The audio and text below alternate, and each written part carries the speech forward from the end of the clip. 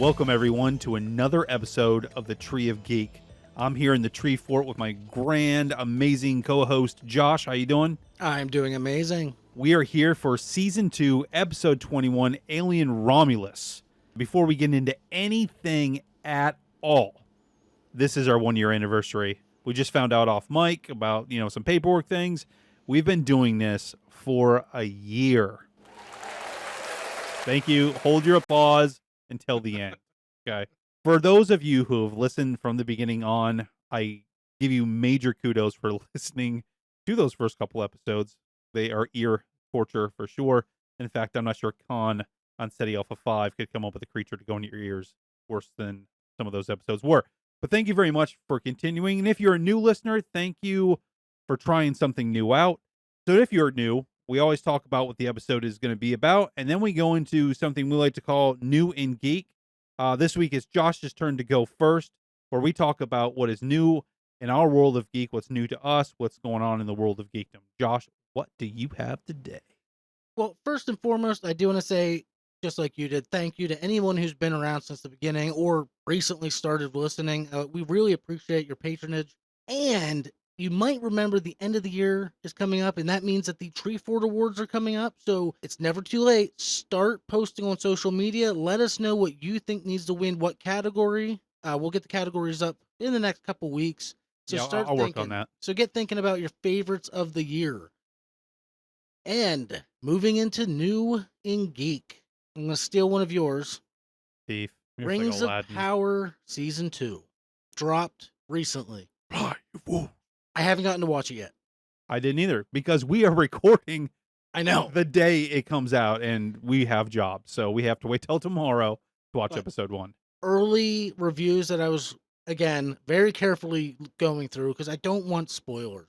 Apparently, people are praising it. They like Season 2 so far, that whole one episode. I'm going to give it a shot. I liked Season 1, but I didn't like that it didn't follow lore to the T. I am willing to put that You aside. can only work with appendices, man. I know. The Gives Tolkien you estate appendicitis, doesn't it? is very, jeez. The Tolkien estate is very, very tight when it comes to their trademark. So I mean, there's only so much they can do, and I'm willing to accept that. Maybe it'll wash out the bad taste that people have in their mouth from the season finale of Hot Dragon. We can only hope.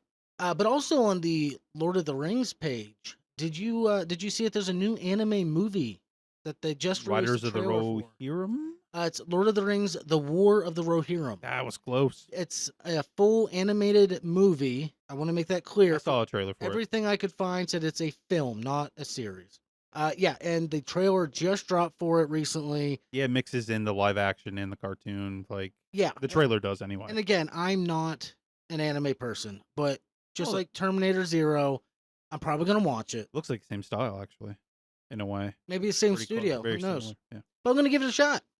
So moving from one of my passions to the next, from Lord of the Rings to Big Jurassic butts? Park. Oh, No, do dinosaurs have big butts? no, well, yes. About ScarJo. So I mean, she's attached here, right? the next Jurassic World movie, I guess it'd be Jurassic World 4 or Jurassic Park 7 or whatever we're on now. Is this the one where Vin Diesel shows up? Yeah, in a car. They've officially named it Jurassic World Rebirth. Scarlett Johansson is going to be a skilled covert operations expert contracted in leading a team on a top secret mission to secure genetic material. Yeah, you can already see where this is going. Jonathan Bailey will be in it, playing a paleontologist. I don't know who that is. And for the love of everything, I cannot pronounce this name, but the new Blade, Mahershala Ali, Marshalon Ali? maybe. Shamalama-ding dong. He's going to be playing the head of Marshallah. said covert team. Marshmallow. And I do have a quick little synopsis from what I was reading. Tell me if this doesn't sound like a blockbuster, if you ever heard one. You ready for this? Yeah, it is. Sure. An intrepid team racing to secure DNA samples from the 3 largest creatures across land, sea, and air. Taking place 5 years after the events of Jurassic World Dominion, Never finished it. the remaining dinosaurs exist in isolated environments near the equator with climates resembling the one they're used to. Ecuador. In other words, they died. Mm. I'm assuming. Yeah, sure. The 3 most colossal creatures within that tropical biosphere Spinosaurus. hold the key to a drug that will bring miraculous life-saving benefits to This is Anaconda. all of This is humankind. Anaconda, which they're making another one, by the way. As soon Anaconda, as no I shit. read that, I'm like, can we get This is Blood any Orchid. This is more Anaconda Blood Orchid. unoriginal?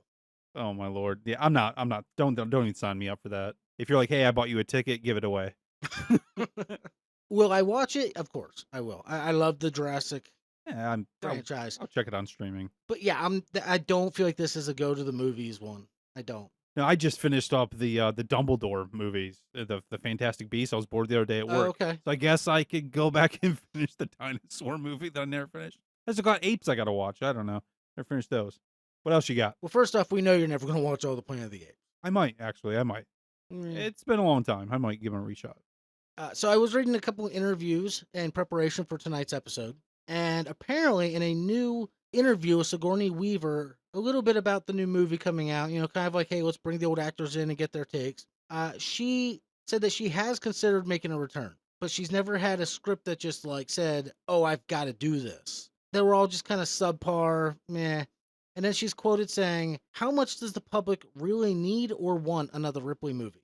I don't really sit around and think about it, but if it came up, I would consider it. It has come up a bunch of times, but I'm also busy doing other things, and Ripley has earned her rest. So in the end, to me, it sounds like a toss-up between, yeah, I would come back, and nah, I'm not coming back. When we get done, let's reevaluate. We'll bring that back. We'll bring that full circle, and we'll talk about if we need some more Ripley, because I feel like that question can kind of be answered in our coverage here. I feel like, from just that little statement, I feel like what she's trying to say is she needs a heck of a paycheck and a very compelling script to come back. But yeah, we'll come back to that. We'll circle back around. When we get to the future of the franchise. Unlike Linda Hamilton, who flat out said no until the most recent one. Yeah, well, But you got to pay the bills. Got to pay the bills. This is true. Anything else?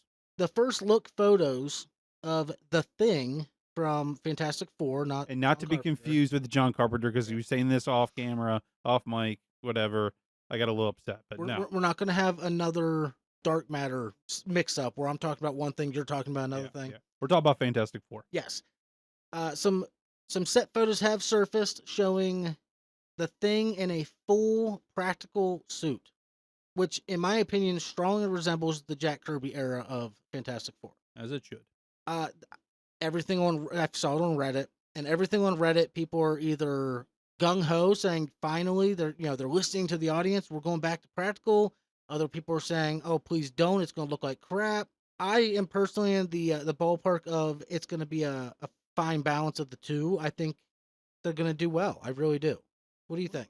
Oh, well, I you know me, I don't do a lot of behind the scenes before a movie comes out. I don't do trailers, things like that. I try to stay away. Unfortunately, these things get thrown out there to you, whether you want them or not. But I try not to pass judgment on them, because when Avengers first was going to come out, I saw a lot of set photos of, I was like, is this what the bad guys are going to look like? The Chitauri? It didn't look anything like them. Like, it's like motion capture and a bunch of other things. Yeah, they're going to do some special CGI with practical. They're going to do a mix here, obviously. So I'm not jumping. It's the same as I just saw photos of the Superman. I saw Guy Gardner. I saw Hawk Girl. It was Isabella Merced that's in Romulus that we're going to talk about, and Mr. Terrific. So, I mean, you got a guy on top of a building with a zoomed-in camera shooting photos. I'm not going to give it a lot of gravity. Like, oh my god, it looks like shit. You see that Like, blur? Yeah, like I don't know. Like, it from those photos, yeah, they don't look good. But how are they going to look on screen when they're gone through the process of making it look amazing? Right. I don't know. And I didn't see the Fantastic Four one, so I can only speak for the other things. I think it's going to be a mix. Gotcha. And then the last thing I have is a little post that I just saw. I'm hoping it's true. I don't know if it is. Supposedly, how do you pronounce his name? Fetty? It's Fede Alvarez. Okay. Supposedly, because we're going to say that name a lot, I'm sure. But supposedly, Fede Alvarez made the comment that he wants to co-direct a new Alien vs. Predator movie with the Prey director, Dan Trachtenberg. Yeah, he said that you do half, I'll do half. I would be more than okay with this. I would as well. As long as I can see what's going on. Unlike AVP2, that is pretty much shot with a black filter. See, the problem was that on set, I didn't realize that my leather jacket was on the armature right there by the camera, and the glare of the amazing leatherness was taking away. So I apologize. Did That's you my catch fault. my little shout out in the description of our Terminator Part 1 episode? I put in about grab your leather jacket. Yeah, amazing. But that's all I've really got going on.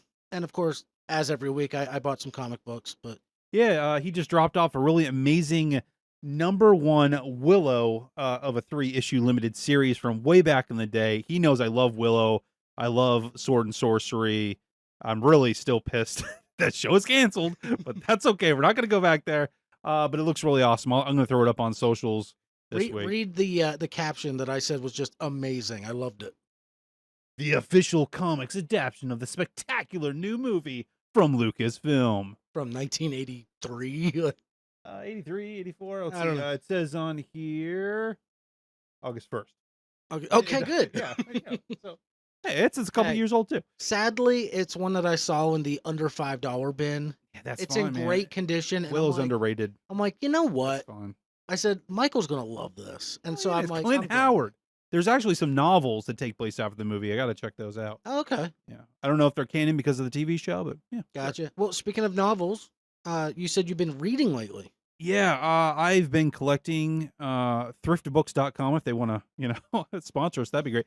But no, I've been getting the Wheel of Times. I have, me, I'm not much of a reader. I was like, well, if I'm going to read something, it's got to be something I like. I love season 1 and season 2 of that show. So I was like, well, I'm going to delve into this. I'm reading book 0. I read halfway through book 1, jump back to book 0, the prequel from Robert Jordan and Which you're Sanderson. halfway through. So you've read one whole book now. Of the Pretty much, yeah. Well, I think that, yeah, I'm like there's 14. I'm on chapter 14 and 28, so I think I'm legitimately halfway through. Nice. Yeah. So we can jump over to what's new in my world, I suppose. Other than Absolutely. yeah, I mean, you and I are trying to write novels currently. We're trying to ping things back and forth, so that's awesome. Whenever we get further, maybe when we get further in them and have a little more establishment to our worlds, A lot more. we could put them on Wattpad or something and put the link out there so listeners could go check them out and give us feedback. Yeah, Wattpad. That's a cool site too. They should. Sponsor us too. Yeah. Twisters. I saw Twisters the other day. I was at a campfire with some friends, and they're like, "Oh my god, you see Twisters?" And I was like, "No, it's I got the DVD, watch it." And they're like, "It's like so bad." My one friend, and I'm not going to name him by name, he said that Sharknado had a better plot and was just so much more amazing. So that's the expectations I went into this, even though I loved Twister. Okay. Well, he was wrong. Twisters is pretty badass. It's really, really kick-ass. It's just a fun popcorn movie, really. I don't know how. I mean, it's science geeks. There's some cast in there that I didn't really know who some of these people were. Glenn Powell, obviously, we know who he is. He's blowing up everywhere right now. But I recommend Twisters. I give it I don't think it was as good as the first one, but Well, I know people at my Still pretty job they rant about it, but that's because I do work for a weather-based company. well, I guess they did like a crap ton of like research of how Twisters worked, and they did a bunch of magical things with computers to kind of like motion cap a Twister in a way so that it was accurate for film. Really? Yeah, they did a lot of crazy behind the scenes stuff for that. Well, yes, this is going to blow a lot of people's minds, but we still have a drive-in nearby us that you drive in and watch movies. This is the last weekend, I guess. They're getting ready to close up for the year. And my wife said they're doing this weekend Twister followed by Twisters. So we're debating maybe trying to get out a night this week. That would be pretty sweet. Yeah, you should. Other behind the scenes sort of stuff maybe somebody didn't see because it wasn't in the theaters, but they just threw it online. Apparently Gambit survived the void maybe in Deadpool versus Wolverine. So yeah. So a little fact on that was in the end credits scene, but apparently it was just tiny on one of the little monitors in the TVA. And then Ryan Reynolds posted the full, version. Well, the thing about even for our coverage here for Romulus, you and I saw it in theaters together. Then we had to find ways to watch it again before the pod because like doing notes, it's like trying to remember everything was crazy. So when you see a movie like Deadpool and Wolverine have like everything in it, some people are not happy about that, but there's the naysayers. That's fine. But it's hard to pick up on all that. Like, how would I have known that was on the monitor unless I saw it like 2 or 3 times in the theater? I read that on Reddit. Yeah. But You already talked about Rings of Power, so move on to Star Wars Acolyte. I already talked about the last pod that it got canceled for various reasons. People are happy, people are not happy. Apparently, 40,000 plus people are very unhappy because there's a petition going on to get them to bring it back for a season 2. Did you sign it? I just saw there was one, but I thought about finding it and signing it. Usually those things don't do a whole lot. It did for Supernatural years ago to bring back another season, but it is what it is. True. And then we ended up with 15. Yeah. Yeah.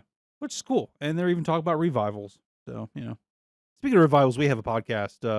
Well, our podcast is the Tree of Geek. We have an episode called Revivals of shows that we thought should come back and movies they should bring back. Shows we felt But- deserving of one more shot. Right. But we're here to talk about a series that did get a revival, that did get another sequel, prequel, middle child of sorts. Alien Romulus. Mid-cool. Midquel. Nyquil. Yeah.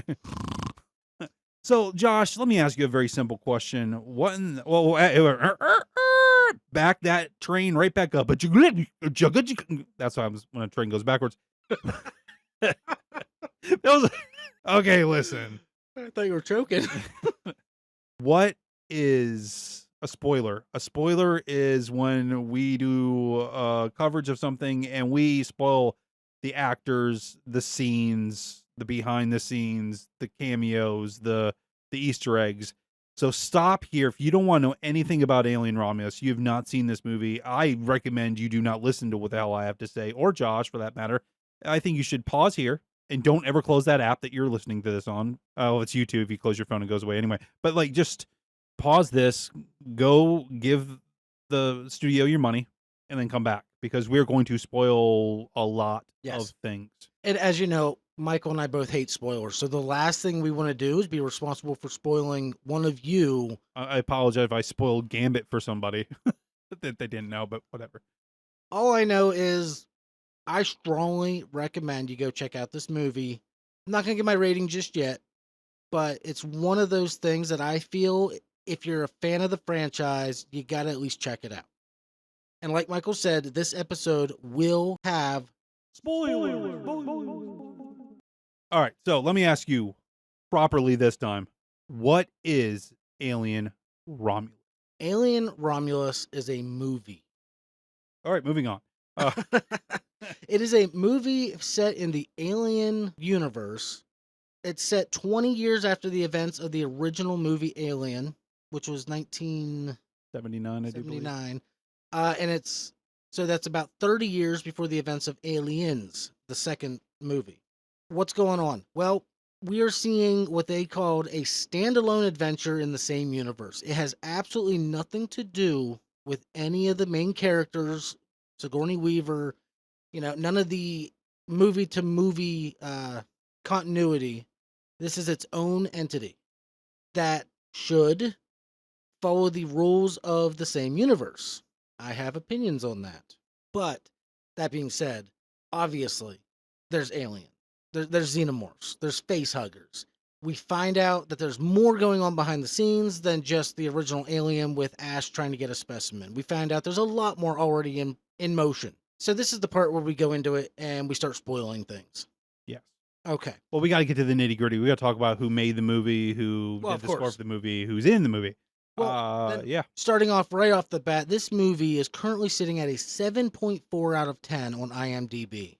Rotten Tomatoes, 80 for the critics, 86 for the audience. I did not get to find the box office revenues. Do you have that? Well, I did these notes 2 days ago. It says budget 80 million. Domestic, it's sitting at about 74 million. International, 152. So worldwide, you're looking at 226 plus. That's not bad. Some people were saying that at the current rate, I think it was that Romulus is going to completely pass Prometheus, like their entire revenue since it released in under a month. Well, when this first came out, the very first weekend, it knocked out Deadpool and Wolverine. Yeah. Off of the number one. Now it has retaken that number one spot. I still don't understand how we were 2 of like 7 people in the theater. We saw it on a Wednesday at 6 o'clock or something. Tuesday at 6 o'clock. Well, there's that. Yeah. We weren't at prime movie time watching. And I don't think that theater is as busy as the one by the mall. I don't see as many people as that one. That's right. We still have a mall. Yeah. Well, that mall's on its Yeah. last leg. But anyway, Like 3 stores. Anyway, yeah. directed by Fede Alvarez, written by Fede Alvarez and Rodo Sayagis. Oh man, I don't want to butcher your name, buddy. I'm sorry. Yes. He also co-wrote The Evil Dead and Don't Breathe with Fede Alvarez. And Evil Dead is the reason I got super excited for this, because Fede is he's a bloody filmmaker. He's a gory guy. He's a vicious guy at times, and he makes things gross. Yep. And from all my reading, I did see that I guess Ridley Scott had significant input in the making of this movie. Yes, he did. And I'm sure that James Cameron has something to say, but who wants to listen to him? He's too busy with the 22 more avatars we got to get. Score done by Benjamin Wallfish. He also did Twisters, which I thought was a decent score. A lot of country music in that one, and that's okay. He also did It 2, and Blade Runner 2049, which had an amazing score, in my opinion. That's a good movie. Oh, yeah. It doesn't get talked about as much as it should. Blade Runner 2049. I need to watch it. Really good. I've seen the original Blade Runner a long time ago, I think.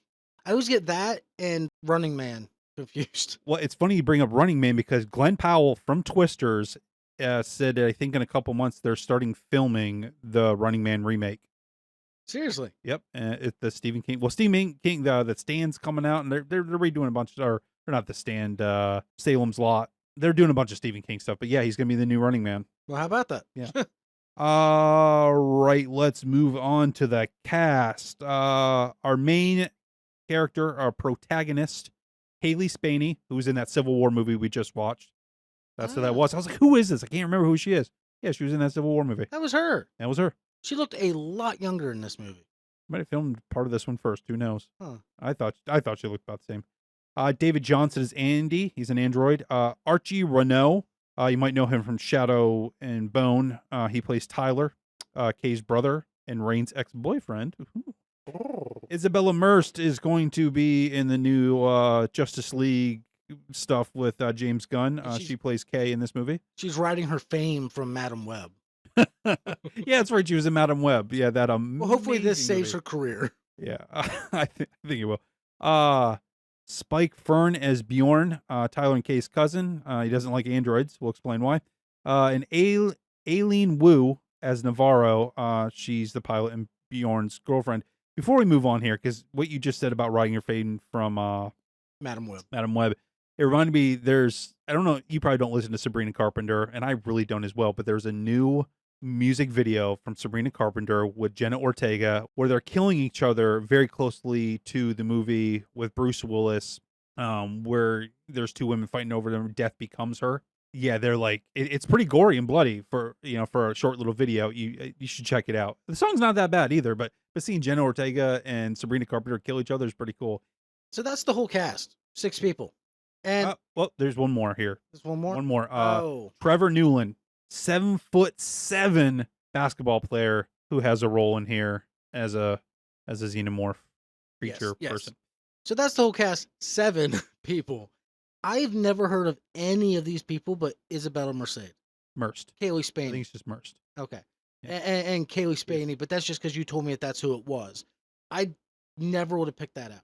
I knew the Tyler guy because of season 1 of Shadow and Bone, and Upgrade, where he's with Camila Mendez, who's going to be in the new Masters of the Universe. She's playing Tila.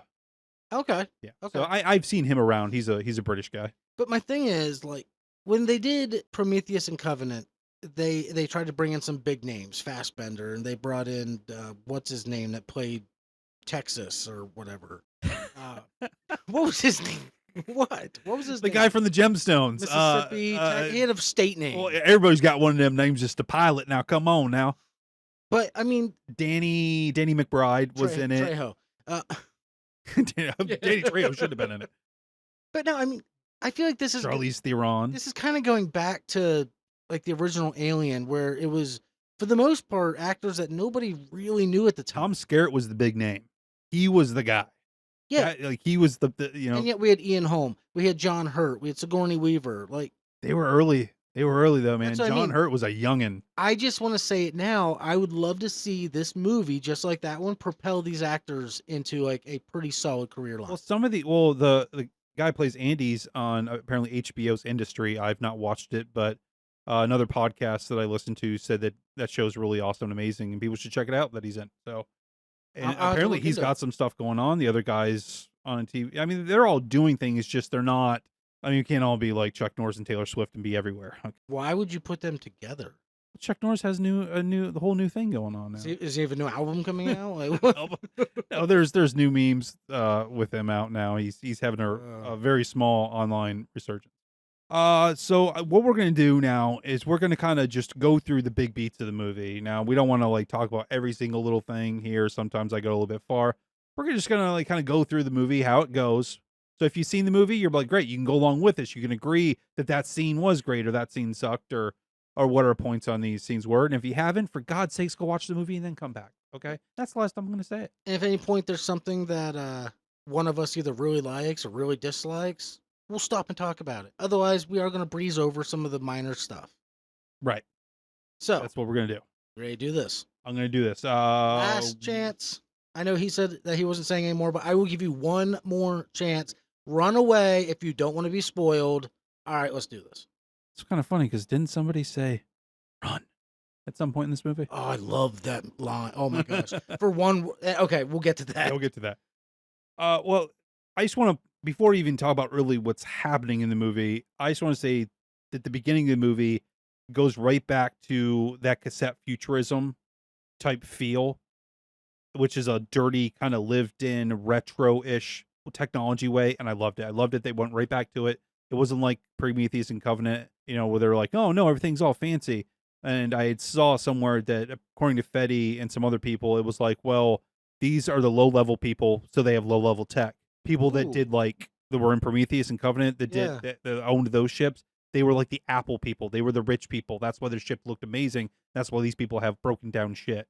I like that explanation. Yeah. Because that was always one of my big pet peeves with those prequels was their technology is leagues ahead of 50 years later. I was also thinking too that like these outward colonies that is 65 light years from Earth. 9 years 9 from years. the closest inhabitable, like, Yeah. nice So like planet.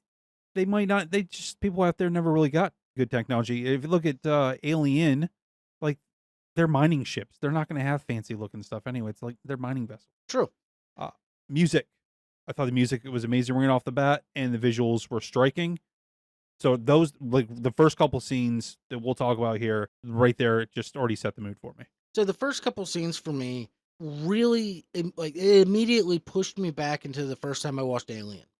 While the CGI was very, very well done, it almost looked like that early 80s style, if that makes any sense. Like, I don't want to say it was over flashy like the new Star Wars compared to A New Hope, but it made me almost feel like I was watching an older movie.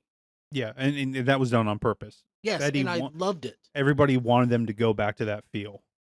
I just loved the calm and quiet opening of the ship, just calmly going through space. And then we get to see, Quiet. You don't even hear anything for a minute. well, yeah, then we see Mother boot up just like in the original movie. I don't know, it reminded me so much of the beginning of the original Alien movie. It just immediately, it gave me this like relaxed, almost homey feeling like, yes, I recognize this. I know what I'm getting into. Right. So they're out there and they pick up a cocoon in space. Well, at first it's like a big rock. You're not exactly, but you see it's a Nostromo. How did this alien get in a giant cocoon? Do you think it's just natural effect, like a natural survival mechanism? That is number 2 on my list. They go. is- Remember in the theater? I was like, it's a giant piece of space poopy. No, so yeah, number 2 on my list of notes is simply: did the xenomorph form a cocoon around itself, or did it go into hibernation mode, and lots of space sediment and debris just started sticking to it? I mean, I don't know. well, it's said that I'll have to jump ahead in my notes here because I have it written down of what a certain character says. They said that it's been, I think, 170 days from the first day of this movie to when they first collect the alien.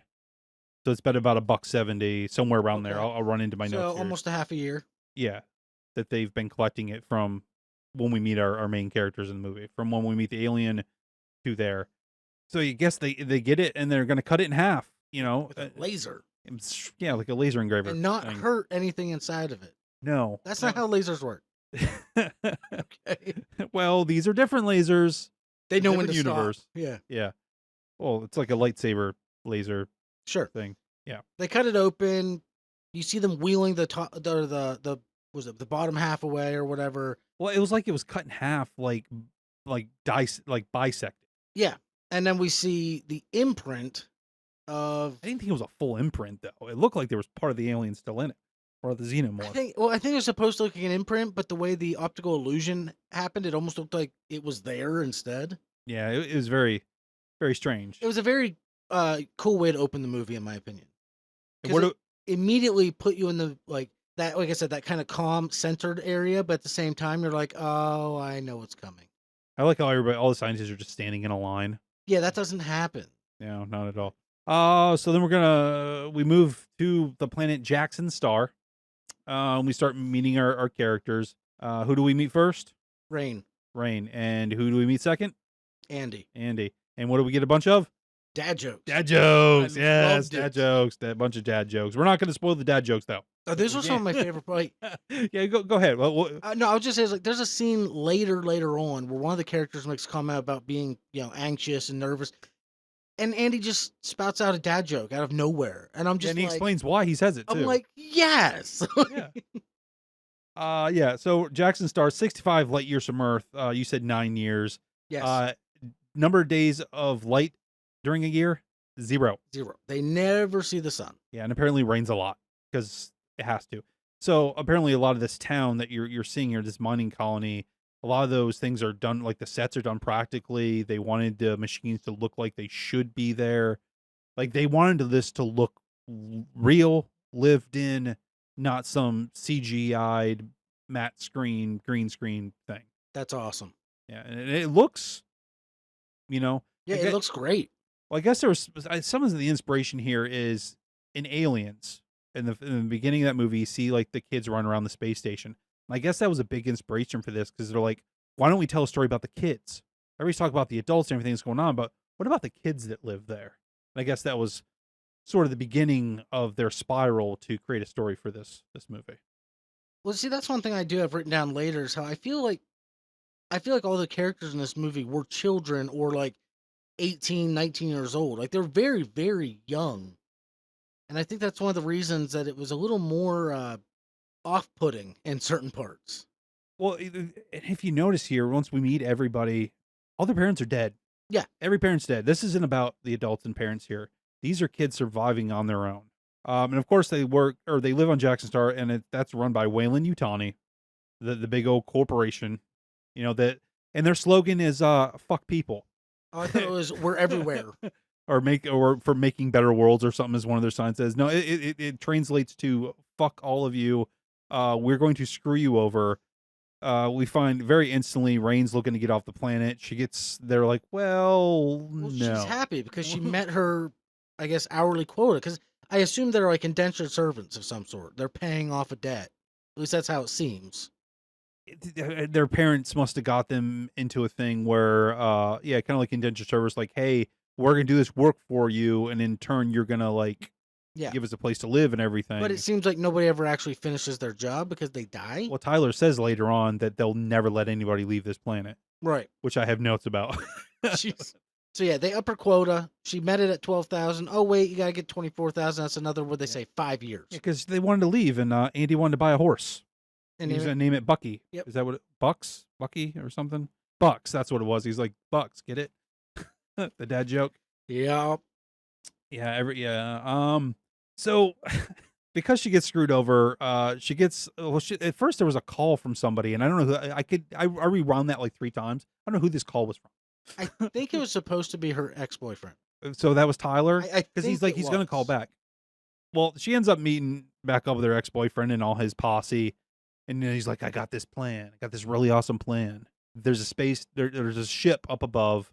We want to leave to this other planet, but we need cryo stuff. So we're going to go there and we're going to steal cryo stuff. But we need your robot to do it because Andy he's a Yutani android that's her dad found in the garbage. But we need him because his access. He can access things we can't do it. So notes. How is it that nobody on this planet, a Weyland-Yutani run planet, know there's something up above their planet right now? Because there's always clouds. But the kids found it. Yeah. So you have this And somehow they know it's abandoned. Yeah. Yeah, I guess. Like, were they already up there looking at it? I felt like it was very loosey-goosey with this part of the plot. Because they're like, okay, let's go up there. And she's like, fuck you guys. You're mean to Andy. We're not doing this. Yeah, pretty much. You know? But they're like, Tyler, he's like, listen here, all right, and I'm going to use my soccer voice real quick. And he convinces her, but only if Andy wants to do it. And what's Andy's number one directive? To take care of Rain. Yeah. To do what's best for Rain. Do what's best for Rain. And he feels she needs to get to this other planet, so it's good for her, so he'll do it. He's happy to help. Yep. Now, we notice very quickly Andy isn't all there. Andy's a little broken. Yes. So he's a little slow. You know, they take advantage of him a little bit. So then they leave on their because they all have a ship. Like this, they work for a mining company or something, or a subsidiary. I don't know. They have their own ship that they just fire up, and they're like, we're going to go up here now. We have windshield wipers. That survives leaving the atmosphere. So the only thing I can figure is because it was like a container ship, sort of. They Like think they were just going to go on a run, like they're going to collect fish, like a deep sea fish thing. Or something? I'm wondering if maybe Tyler, like maybe his job was take this ship and move the mined mineral and stuff from this colony to another colony on somewhere else on the planet. And maybe that's why he had a ship. But the fact that there was no flight log, there was no you're clear for takeoff, just nothing. No, it was just go. Yeah. Like, I had a problem with that. 'Cause I even wrote down no one cared that they took off. There's no regulations. Is the company not giving shit about messing with people's wages and things because like this it's 9 years to this other planet they want to go, so they need the cryo stuff because they need cryo sleep. Yeah, because they can't be awake for 9 years because the ship's like the size of a mobile home. It's not as big as the Winnebago and Spaceballs, but you know they need some of that fancy space fuel. Yeah, they do. So they're like, okay, we're gonna go up to the space station. You know, and she puts on her wipers because it's raining, and they go up through, right? Wiper. Yeah. Dude, I'm like, yeah, that like, how did that survive? Like, I know how spacecraft needs to be made in a way so that it survive. Like, I get it because it's always raining and they probably take off and land a lot, but they would burn off the first time you come back into the atmosphere. Or they would have made it retract in or something. Or is it maybe not designed to really leave the atmosphere? But if that's the case, why did they? Science-y mumbo jumbo. That's how. Neil deGrasse Tyson, give us some answers. Right? Yeah, he talked about that Gravity movie and stuff, all that. So they get to the other ship. I noticed what I have written down here is claustrophobic crawl space. Yeah, real quick, though. Okay. I just have a question. Other than the assumption that it probably costs a lot of money, why doesn't Weyland Yutani just use androids to do their mining? I have that written down here. It's right here. Why not make androids do the dangerous work? Well, it's far more efficient considering they're not going to get tired. They can just work 24 hours. I mean, there'd be zero risk of the gas or particulate inhalation. Like, there'd be no risk. The biggest risk would be cave-ins. Well, I was asking myself, the cost of, first off, we don't know how much it costs to make one android. We have no idea. But we can probably postulate how much it costs to feed a person for however long they keep them on there. It can't cost that much if they just throw them in the trash. Yeah. And Joe Schmo can turn it back on. And that means it's still functional. They would harvest it for parts if it costs that much. All I know is some androids used to be twitchy. Earlier models were twitchy, according to Bishop. So maybe that conversation doesn't happen for 30 more years. True, but that doesn't take away the fact that some were twitchy. You know, we just don't know that somebody. Maybe he was referring to Andy. He was not, actually. He was referring to the Ash android. I know. For sure. I know. Yeah. Let me have it. Yeah, so they got to get on the ship, and they have to crawl through this little...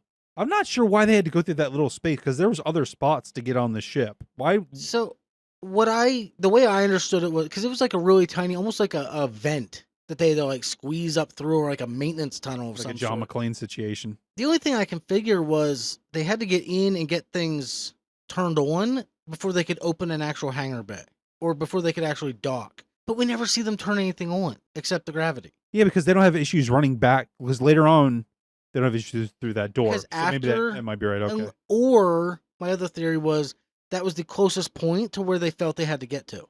Okay, all right. Because later, they disconnect, they pick up the cryopods, and then they actually dock for real. Right. So the ship's they're in 0G when they get there. The ship is in a gravity dumping cycle. Yeah. Not sure the science behind that. It was like once an hour or something like that. It would turn the gravity on for a minute and then turn it back off to keep it They said to keep the core from exploding. I don't. Yeah. I'm not sure how the inertial dampeners work on those ships. It was plot armor. Yeah. Yeah, so I mean, that was cool. You're instantly seeing that gravity could take a place at some point in here. There's gravity, right? And then there's not. We find out that Mr. Bjorn, does not like the androids too much. And I'm like, dude, why is he being such a dick? Why is he being a dick? Well, because his mother died at the hands of an android. Because androids have to make hard choices. Yes. Apparently So it is a common, known thing in 99% of sci-fi. The androids, they can't harm humans. We know. But apparently they can make choices for the greater good that can result in harming a human. And in this case, an android decided to seal off a mine because there was a gas leak, I think. something like that. And Bjorn's mother happened to be on the wrong side. I think it was the mom and the dad. I think he sacrificed 2 to save They said a he dozen or sacrificed something. 3 to save 12. And they died. That whole Spock, But the android was fine, and that's another reason they should have been doing the work. There would have been like 12 androids in there. Wouldn't it have mattered? Yeah, so we find out that that's why he's angry. We also find out something about Isabella's character, Kay. Is that her name, Kay? Yes, Kay. I just watched this. How do I not? There's only like 7 people. That's my fault. So what's up with Kay? Technically 8, but yeah. Was she got like sickness from going up in the ship or what? What's going on with her? Kay's pregnant, Ooh. but don't tell my brother. Yeah, don't. So Your brother or Quick recap: Tyler and Kay are siblings. Bjorn is their cousin. And yeah, then she's like, "Well, who's the daddy?" And she's like, "I don't know, some asshole." Which apparently Fighty Alvarez has a Reddit account, so I've been following him as he answers questions on different alien subreddits. And yeah, he confirmed that the father is Bjorn. Oh, what? Well, okay. Well, keep it in the family. Targaryens rule. But yeah, so plot twist: the ending isn't because of what you think; it's because of yeah, they didn't say how close of cousins they were. kissing cousins. Yeah. But yeah, so we find out she is pregnant. We find out that the father is just some asshole. Please don't tell my brother. I thought in the movie, just watching it the first time, that it was Bjorn. It was the way they acted right before his demise that really, like the looks they were giving each other, really is what screamed it out to me. Yeah, that makes sense. That tracks. They get on the ship, and we find out the ship is a station. Not a ship. It's a space station. It's sliced into 2. There's a big mural as they're walking through the Fire of the Gods that David plays in Alien Covenant. It's depicting Starts playing Remus and Romulus, the 2 kids that found Rome. They suckled on I can't remember a the wolf's exact teat. story. Yeah, they were born, they were abandoned, and then a wolf basically nursed them. And in that painting that they show briefly, you can see mostly dead people and a baby. That's what art was back then. And you see a baby trying to nurse off of its dead mother. I mean, that it all comes full circle eventually, It and does. we will definitely touch on that. And one thing we did, little throwback that we missed while we're finding out about Bjorn's parents. There's a conversation going on in the ship about why Bjorn hates androids, like we just said. And I love it because at one point he makes a comment about fake people, and Andy says, I prefer artificial person myself. which is exactly what is said 30 years later by Bishop. Correct. After stabbing himself in the hand playing the knife. Oh, he didn't stab himself in the hand. Well, I mean, he did behind the Well. scenes, Good old Bill Paxton. It's game over, man. It's game over. God. So a nice callback Yeah. or call for. So who said it first? Woo-hoo. I don't know. They find a lab. They go in to find a lab, and because they're trying to find the cryo stuff. Because the one cryo stuff isn't going to last long enough. Right. They 3 find years, out. they need 9. Yeah, 9. So they find more in this lab, which leads them to a cryo chamber. I like the part where Bjorn's kind of being a dick, and then Andy grabs him because he's got like the zapper, and he's like, "Man, dude, I was just joking. And he's like, "You're gonna fall down a hole, dude." Yeah. Like, come on, man. Yeah. A big burnt hole in the floor through multiple floors, and we don't know what it is yet. Yeah, because nobody ever looks up. And what did they say? Uh, Oh, it must have been a chemical spill. Yeah, which, well, not too far off, sort of, maybe. And there's only half an android laying on the floor. They go to the cryo chamber, and somebody has some sticky fingers that end up a little frozen. This guy and his fingers, man. I know, right? Yeah. So they get in there. They get it open. They get it open. They try and steal the cryo tube. Well, that immediately sets off an alarm because, well, we find out very quickly why. But if any type of incident happens that's going to warm this room up, it's a massive lockdown. Yeah, so the door shuts mostly. Yeah, not all the way, mostly. And they can't get out. And Andy doesn't have the proper credentials to open the door. Yes. He's like, you can open up fucking every door, but not this one. Like, what the? And he's like, well, it's a lockdown, you dumbass. Like, come on now. Or put the tube back.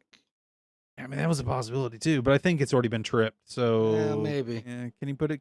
Can Pandora put it back in the box? Who knows? So this leads the other people to have to get off the ship, except for Sleepy. There's a Sleeping Beauty that never wakes up during all this. Yeah, I don't know how. Rain Carradine, which thank goodness it wasn't like. I went in there thinking, is this going to be like a descendant? Like Rain Ripley? Yeah, because there's always been, we talked about in our previous Alien coverage that there was, talks about doing doing her kid and stuff. But they didn't. It's Rain Carradine. So she's like, oh man, I got to go help these people. And she's like, there's this broken ass android laying on the floor. I'm going to take its little chip, its little disc. It's like a little micro disc. Yeah. A little micro machine basically, disc. it's like its personality disc or whatever, and its head. And it attacks her for a minute, and she's like, what the hell? Well, and then the other girl helps her get it off. And then they have to go and help everybody to hand off the thing so that Andy can get, new credentials and he can open the door. That's the whole entire thing here. And that scene, when they put when they put the disc in his neck, all of a sudden his eyes roll back and you see the Weyland-Yutani symbol. Amazing filmography. I loved the visuals of how they did that. Wonderful cinematography. Amazing. Yeah, this scene was off the chain for me. So it went from a little tense, they're going through this derelict spaceship, to okay, we found what we want. Oh, it's not everything we need. Okay, now we found what we want. And then it goes from like 0 to 60 in an instant. Like, as the audience, we're watching and we're just like, I know exactly what's You see one face coming. hugger after another just plop down. There's water. There's like a foot of water. They're dropping down into the water. Like, and they're not noticing these things at first. And then they're like, oh shit, what was that? There's something in the water. water. What is that? What? No, stop messing around. No, I'm not messing around, man. Bjorn's accent drove me nuts, though. Some of the things he said was so strong. I'm like, what? Oh no, something in the water. You talk about Tyler or Bjorn? That sounds like Tyler. Because Bjorn, not everybody has an accent in this movie. Like, everybody has different I thought accents. It was Bjorn. It might have been Tyler, though. Well, Tyler's the tall dude, and Bjorn's the guy that hates androids. Yeah, I thought it was him. Yeah, okay, well, maybe. But it was just like, yeah, I don't know what you're saying. And I don't want to spoil or really go really in depth in the scene. All we know is there's face huggers everywhere, and they got to survive. Andy's out of commission. Scene. He's rebooting in a very creepy way. It's the first time you really see people resist against a face hugger. Yeah, dude, that do you see the tongue thing? Like, it got in the dude's mouth for a second, and then he and Fede Evers has been known. I watched a lot of horror movies. I know you don't, but he's known for being a sexual-ish director. A lot of his scenes that are gory also have to do with a sexual nature in a way. And Aliens, from the very start, with Geiger, is a very sexual thing anyway, with the seeds and the birthing and vaginas and the magazine. Just so many things. Can you tell us, like, what are some other movies that Fede Alvarez did? Well, he did the Evil Dead remake, which is just blood, and more blood. But there's a girl like takes a razor blade, like she's the demon. She's a demon at the time, but she like licks a laser blade and just slices her tongue down the middle, and she's just like not even affected. It's so he's really big on the visuals. Yes. Okay. Yeah, and then Don't Breathe. There was a whole thing about he did Don't Breathe. Yeah, he did Don't Breathe. Did you watch that? I liked that movie. Yeah. Yeah. So the thing about the girl in the basement, and yeah. So there's always like this thing going on with him. So he's really big on the mental aspect as well. Yeah, like to just make you feel uncomfortable and disturbed, and that's what an alien movie needs. You need to feel uncomfortable. If you just and I apologize because when we were watching this in theaters, I did laugh a few times. I heard you. She's like, every time I was like, oh my God, that is because I think he got his face ripped off. Yeah. There's a scene coming up that I just, even watching it on the second watch, I was at work and I just busted up laughing. When we get to it, I'll I hope it's the same one that I love. Yeah, so they eventually do get out of the lab. But not all the face huggers are trapped away. Some of them do get out. And Navarro, who came onto the ship with Rain, she's the short-haired Asian girl. She gets attacked by a face hugger. She does not survive getting it off her face. No haired Asian hugger, really. No hair. Yeah, okay. Yeah. Was she bald? I just put down Navarro took one for the team. Give me your face. So yeah, they do get it off of her. And it's like a 60-40 chance that she is or is not, I guess, seeded, impregnated, whatever you want to call it. Well, but who says, like, how do we find out that 60-40? Like, how do we find this out? So at this point, Andy is now, we find out that he's upgraded, that he had, not only did, like, he get new credentials, but, like, this chip has, like, he's got the new upgrade. He's fixing his motor skills. Remember, like, Android was, like... Shaking is, like, fixing.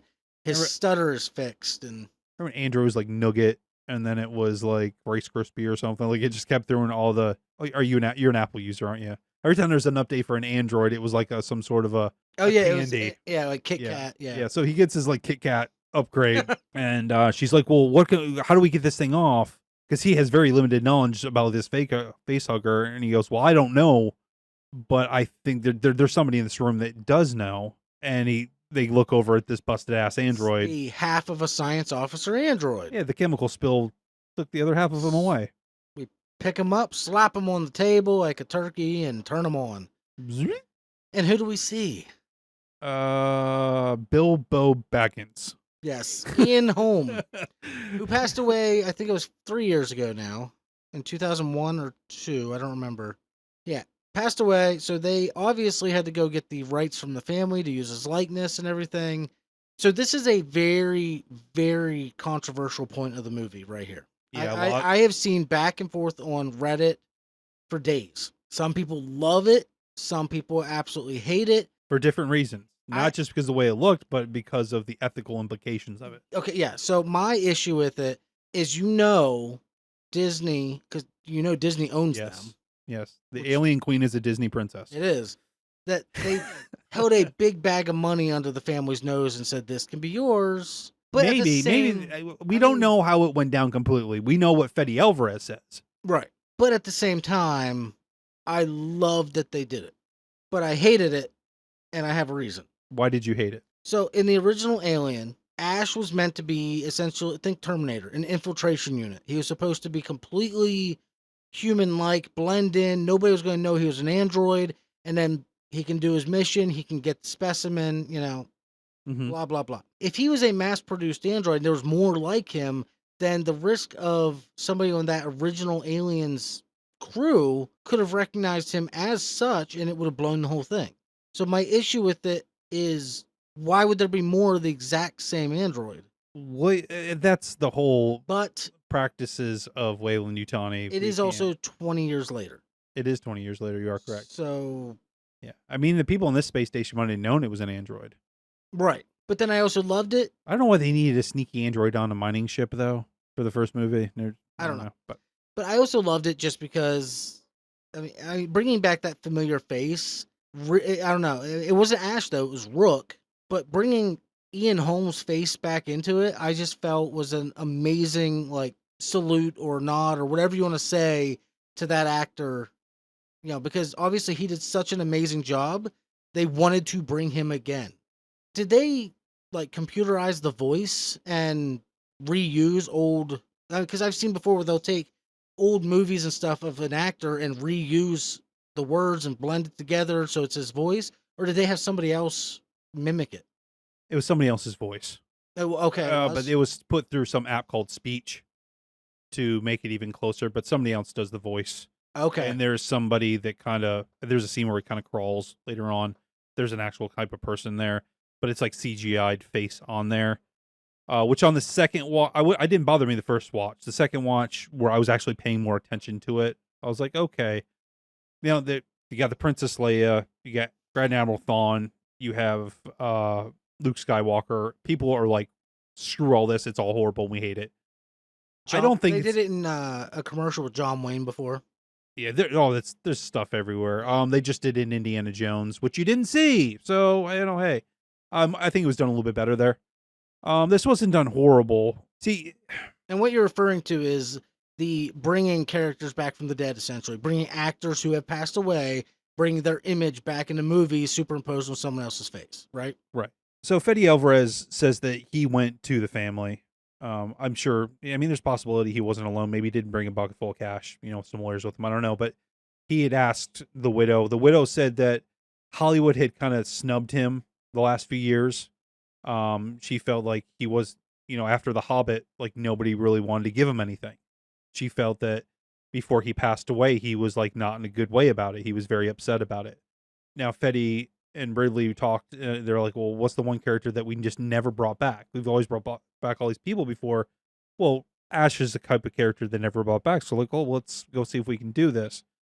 Now, before they kept this in the movie, they supposedly showed the family the footage first, just to make sure, hey, like, according to Fede, he shows them the footage, says, is this okay? This is what we've done. I want your approval for this. I want to ethically know that this is okay, that it's in here. The widow says, yes, I think he would have loved it. Keep it in the movie. Disney's happy about it. They keep it in the movie. Here we are, people. I know there's this idea that they've already had issues the last couple of years where actors didn't know that their faces are digitally taken from a movie or a TV show now. And these contracts are signing, they can just put them in future installments without actually having the actors. A whole Black Mirror episode about this, where they can just take your image. They own your image now. They don't need you Like Mark Hamill. Yeah, they don't need you to show back up. We're just gonna take what we want. And it's like it's just another way for a company to skim money. To not have to pay somebody. It's I have an ethical issue with it. I think it's kind of messed up. But I think for a purpose like this, the guy wasn't there. Right. And I'm sure his widow did get compensated for this. There's no way this happened for free. But when you have people still alive to have the ability, and you're like, well, we could either have you show up and give you a trailer and have you sit in makeup and pay you all this money, or we can do it for a fraction of the cost and just pay some artists to do it for some CGI. That's some gray area that if the person's still alive and they don't get approval, I don't feel they should be allowed to do it. Yeah, I mean, with like Harrison Ford though, like when they did it for him, like he was actually there, like on set, like being digitally de-aged, which is a little bit different. They've done it with Pacino, The Irishman. They did it there with Robert De Niro and all that stuff. So really, but let's move away from all the politics here before we get too drugged down. I suppose they find a way to get Navarro free. Now, Andy has kind of a new directive here that he's not quite sure about yet, but he can't let her get off the ship. There's a 60-40 chance, like Rook says, that she could have a seed in her. A seed of what? There's this button right next to me. Just click, like a spotlight shows up. Oh, I have all this queued up. Yeah. But I think they were in that lab for a while before. Nobody looked up and saw the alien hanging from the ceiling. The alien corpse hanging from the hole that's above the other hole that they almost fell in. Yeah. And I guess everything that I've read has confirmed that this is supposed to be Big Chap. This is the Xenomorph that was blown out of the airlock at the end of Alien. Yeah, well, and he says it was too. I mean, he confirms it that, they did get the distress call from the Nostromo. They sent out Wayland Yutani, set their stuff out. This is that alien. It wreaked havoc. They thought it was dead because he talks about how perfect the thing is. Thought it was dead. The thing wakes up. The vacuum of space and starvation is no match for the perfect organism or something. Yeah. Yeah. It wreaks havoc, kills everybody, except for, I guess, half of the android. Apparently lays eggs in everybody. Yeah, well, it's been 170 days. Now, we know how fast some of these things can do their mojo. Navarro's not allowed back on the ship. Yeah, so her and Bjorn are like deuces, man. They stun Andy, zip out of there. Yeah, so that whole scene really pissed me off. Because, I mean, I understand he wants to get her on the ship. He wants to go get her help, whatever. Don't leave her behind. Okay, yeah, I get that. But you're also leaving your best friend and cousin behind, and his ex-girlfriend behind, and the Tyler thing's the one that got me, like, he left Tyler behind. Yeah. Like, what are you thinking? Are you just gonna, like, detach for a few minutes to figure out what's going on and come back and get them? Like, what are you doing? Because he even says, like, he can't leave us here. I think he was just being rash. I think they were gonna go down there, probably talk about it. And be like, oh, dude, you are fine. See, look, she's fine. We've been here for an hour. She's good. All right, well, fine. It's not what happens. So here's my issue. Yeah, okay. How did the facehugger implant a seed, the xenomorph gestate to the point where it was ready to chest burst, I got some thoughts. like so quickly? Because we don't see any like time lapses in the movie. We don't see like, oh, well, they left the lab. It took them a while to get back to this one. No, it was immediate. They walked right in. It was literally 10 minutes tops. Right. We've never seen one gestate that fast. Well, here I'll explain it to you. So it gets on her. Are you going to give me the birds and the bees? I'm going to give you the birds and the bees here and the wasps. The aliens and the predators. Yeah. So my guess is that when it gets onto somebody's face and it puts the deal down in there and implants the seed, I think it stays on it and keeps the host sedated for a while. That way it can't just wake up like Navarro does, just, oh, shit, wakes up. And then they can find a way, it wants to keep the host subdued. That way the host doesn't have any ability or time to remedy what's happening to it. Okay. Now, it was interrupted in keeping Navarro sedated.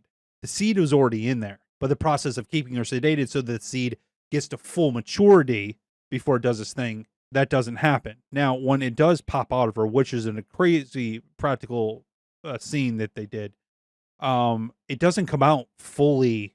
It's very weak and small. It's whitish, which is why we'll see in another scene coming up after that it has to form a cocoon on the wall because it wasn't fully developed yet. It was a preemie alien baby. That's my guess. I'm not buying it. Well, you're not a xenobiologist, are you? It was like 10 minutes. Well, this is a whole different alien thing too. So the only thing I could figure was looking at the lab. Cut me off. That's fine. I am. So the only other go ahead. No, I don't remember what I was going to say now, other than the fact that these were genetically engineered facehuggers. They weren't regular ones. That's what I was going to say. Okay, see? Well, there you go. See, we're two peas in one cocoon. Yeah, sure. No, I don't know. I have a hard time buying it. It was just extremely, extremely fast. However, the X-ray torch that she finds. Yeah. And like she holds it behind her and you can see through her. You see it headbutting her rib cage from the inside, breaking ribs. And it's doing it slowly because it's not fully ready to go. A normal one in just like 2 cracks, maybe 3, a 1, a 2, a 3. This one was like, I mean, like it was fighting to get out of there. Dude, all I know is the scene of Kay holding Navarro after it, did that scream. Dude, that was amazing. Amazing acting. Like you felt that scream, that agony. Like, it was Before we so continue well done. any farther, I have to say that even though I do have some issue with the lack of character backstory development, but that's just kind of how movies are made now, I do not take away from anybody's actual acting in this movie. No. There really wasn't anybody I was like, dude, they probably should have found a better actor. I didn't have any of those thoughts. Those kids in the beginning that were picking on Andy. Yeah, and then they just run away when Rain runs out there. I don't know. That was I have to agree. I think the casting was fantastic, and that they just not a single person phoned it in. I think that this was so well done. Every single one of them gave it their all. I think they're all happy to be there. I think they're like, oh shit, we're gonna be in an alien movie. Yeah. Hell yeah, dude! Sign me up. I would have given it everything I had too. I would be okay just dying in an alien movie. Just Right? Well, there's a high chance of it happening. give me a 2-second scene where it jumps on my face. I'm famous. He's got face banged by an alien. Yeah, so it bursts out of the chest. We just went through all that, and then And like you were saying, the practical effects they used, it felt a lot like the original, but better. But the way they had like the thin membrane and like pulling off of it, and yeah, it was like you could see the veins and stuff in its I guess for the still translucent skull. Like it was just so creepy and yet so well done. supposedly for the facehugger thing for Navarro, she said that they used so much like goo and liquid that they had to have a bucket nearby because of how much slime she had to keep like spitting up and stuff. Because like like the scene where they pull it and it just like pulls out of her throat. Yeah, Like that's just wow. It's kind of like the beginning of Spaceballs, where it just keeps coming. Yeah, Like there's never-ending ship. It was the never-ending tube. yeah. The fucker was wrong, man. It must like really, how like they say we have like a mile of intestines or something. That's got to be like that thing in there, man. Like it's nuts. Well, it didn't even put it in her stomach. It put it in like her lower intestine. Yeah, I like got up all up in there. Or does it, loving like, her strong. Stab through and put it in her chest cavity? Like, I don't know. So Navarro dies. Kay screams.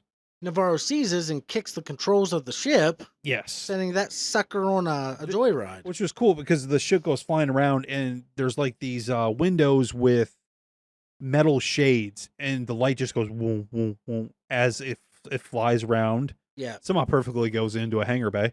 But yeah. Yeah, so it's flying around as she's dying. You know, she's like, "Don't let me die." And then she dies. Oh, honey, you're long You're gone. gone. Yeah. She's dead, honey. And Bjorn comes in and sees the creature. He's like, "Oh shit," you know. But then like he tumbles down the steps, I guess. Well, yeah, before or because after. the ship collides with looked like Yeah, an old fuel tank. Yeah, which makes the space station move. Yeah, it throws. They said The off, axis off by 7 he degrees said or through something. the axis off by a few degrees. It's just enough to significantly increase our descent. So they went from what 36 hours Yeah, till they hit 36. the planet's rings to Like 40 47 minutes. Yeah. Yeah. Like, yeah, a little bit. Yeah, so now their time clocks, like they got to get out quicker. And they gotta get to the other side of the space station now. Yeah, so Kay gets knocked out and we jump back to the other people and decide, we got to get to the other hangar bay because that's where it landed in a nice U shape. They found out, the ship Romulus is on the other side. They start on the Remus side. But there's a problem. Big problem. The corridor to get to the other side is full of some little nasties, like tons of them. Ants. They're everywhere. Ants. Yeah, with pitchforks, and they all sound like Sylvester Stallone and Woody Allen. Oh, yeah, the movie Ants. Yeah. Movie like that. Yeah. Yeah. And they have to divide that to figure out how. And Andy's like, "Well, I guess he's talking to the to Rook for a minute to figure out something." He's like, "My apologies. I had to go talk to my comrade." We find out that so they don't see, but they hear decently well. But it's all about your body temperature. Sounds like a Predator movie to me. Sounds like continuity issues. I got a question. They decide they're going to jack up the heat to match their own so that they can't see them. And he's like, "Well, listen, that'll work. But if you get really excited or really angry or you sweat, it'll spike your temperature and they're going to see you. Why not just turn it up to like 100 fucking degrees or 95 degrees? I don't know. And then it completely fucking blinds them, right? So they decide that's what they're going to do. And they start creeping through the fucking hallway at the same time. Kay wakes up and she tries to get out. She's like, "Oh shit, what the fuck was that? I need to get out of here." She goes down this corridor on the baby ship and finds fucking nasty looking cocoon on the wall. And Bjorn comes up behind her, gets her to be quiet. He's like, "I got this. Don't even worry about it, sweetheart. I got this. You, me, my baby, we're going to be cool. We're going to be fine." Decides he's going to shock the living shit out of it with this thing. Just walks right up to it. Like, you mean the thing on the wall that looks horribly like female anatomy? Yeah. Yeah. He definitely he gets up in there. And you hear screaming. You're like, "Oh, maybe he did do it." But then he dies a horrible death because he doesn't kill it all the way. And the reveal of this scene was French chef's kiss. It was just. I didn't like his death. Like it just. I did. Okay, I did. He falls. The acid's dripping on him, but he didn't try and get out at all. He didn't roll to a side. He didn't try and sit up. He's in shock. He just got stabbed in the eye. But then all of a sudden, he just like it hit his heart. Like, did his heart like explode from the acid? Dripped down to his heart. Is that what it was? Yeah. That's been confirmed online. It dripped down into his heart. I was just like, all of a sudden, he just like dead. Yeah, like hits his heart, and his heart just goes. Boop. See, that makes more sense. Okay. Yeah. So real quick, I do have an issue with the face hugger scene. They hunt by sound and heat. That's what they say. How the hell did the face hugger find Ripley before Alien 3? She was in a cryo tube that is ice cold, and yet it happened to know she was in there so that it could go and put a baby queen in her. This is what happens when you explain things movies later. You see the problem here? No, I definitely see the problem. Okay, just check. There's some, but these ones are bioengineered, and bioengineered ones go by sight and go by heat. Is this your new? It's another dimension, another universe? Hey, I don't write the movies, man. I just watch them. Okay. Yeah, there's some science mumbo jumbo here that doesn't make perfect sense, but it's and like you said, plot armor. The growth rate of this thing is absurd. It just went from a newborn. It did in like 5 minutes. That I'll give you this one. It went for from sure. newborn to a cocoon that I just saw I have spelled wrong. I have cocoon. And then it hatches into a full-size mother in a matter of minutes. And you can't say that there was a massive time lapse here.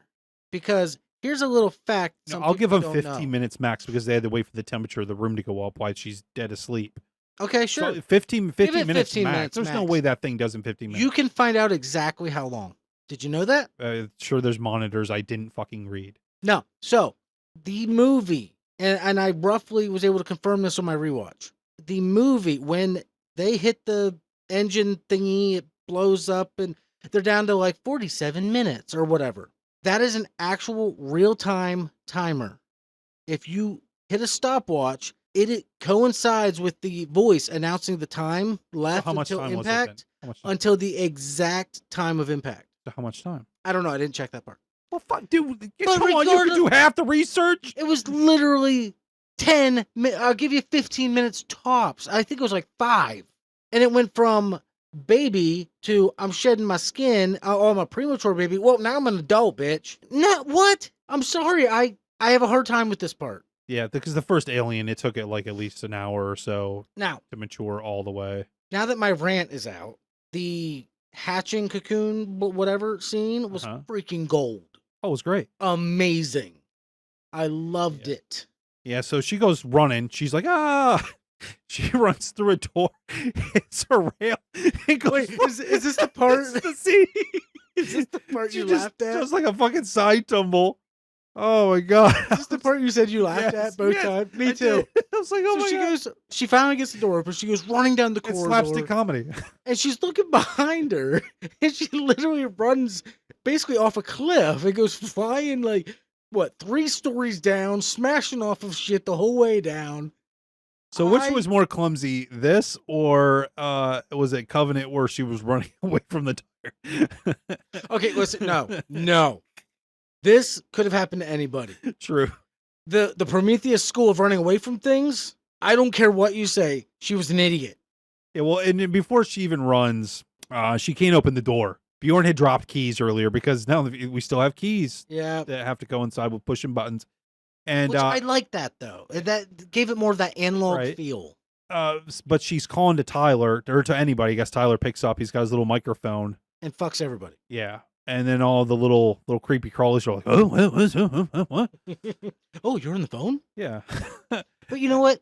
They waited till he was off his call. Yeah. It was very polite of them. Very polite. Like, we're not going to face bang you until you're off the phone. And he's like, he's standing there talking to her, sweating, and everybody stops. Like, I'd be like, yo, sorry, dude, I'm going to keep moving. Right. And Andy's like, well, you should probably, I don't know, run. Oh, my word. When he Yeah. just said, like, I got chills. I'm like, oh, this is Yeah. where stuff's going to really, really pick up. It doesn't. It No. kind of does, but it doesn't at the same time. Well, there's some emotional shit that happens after. So Well- she does her tumble.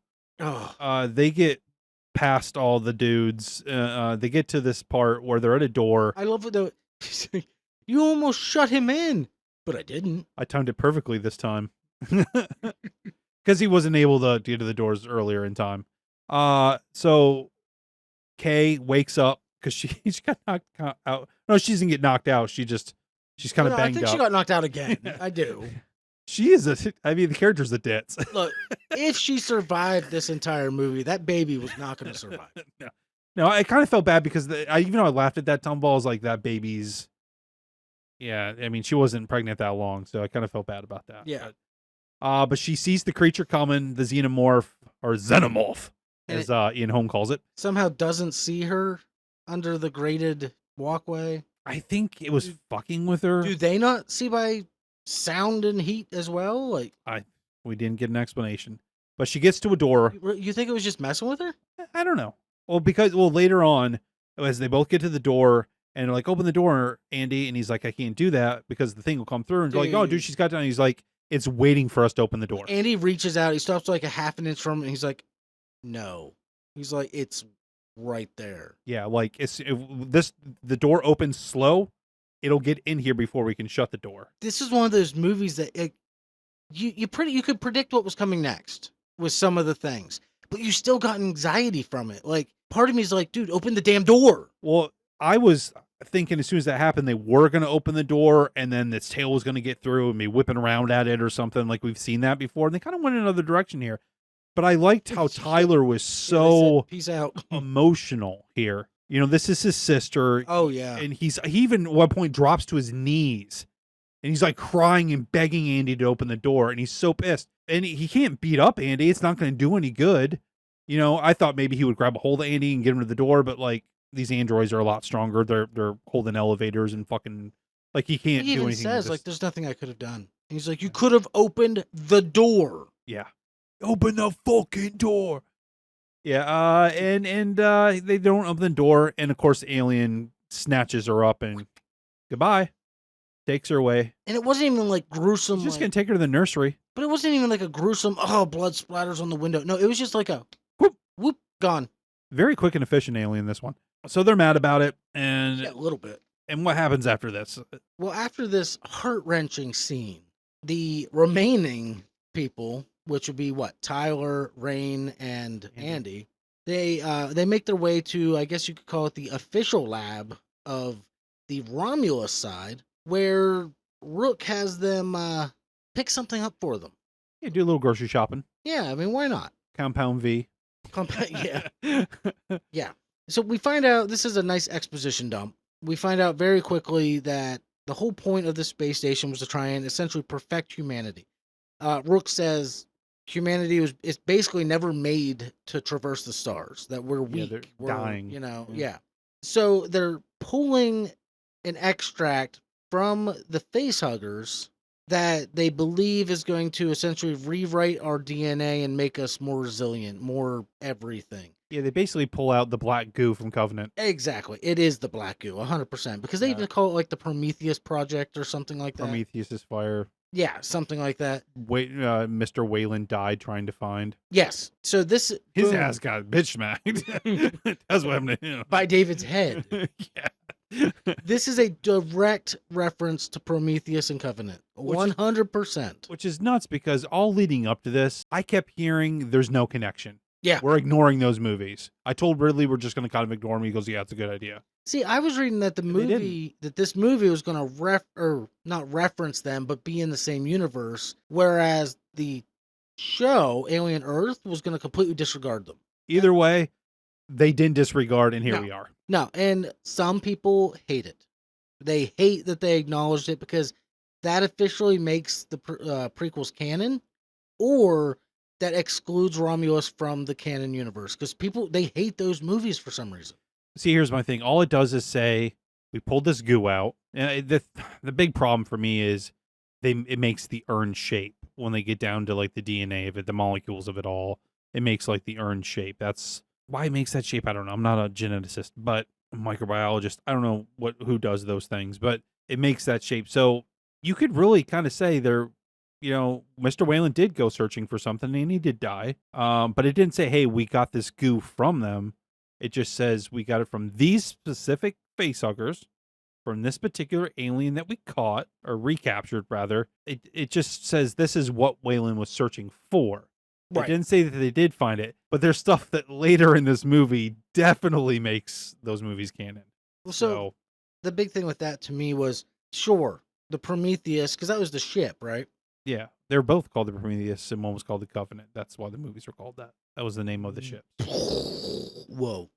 So the Prometheus makes its way out there. The events of the movie happen. The only survivor dies, and then off camera. I can't remember her name. Shaw. Well, so we find out what happens to Shaw because of David. Well, yeah, but basically, what I'm getting at is nobody back at Weyland-Yutani has any idea what happened on that mission.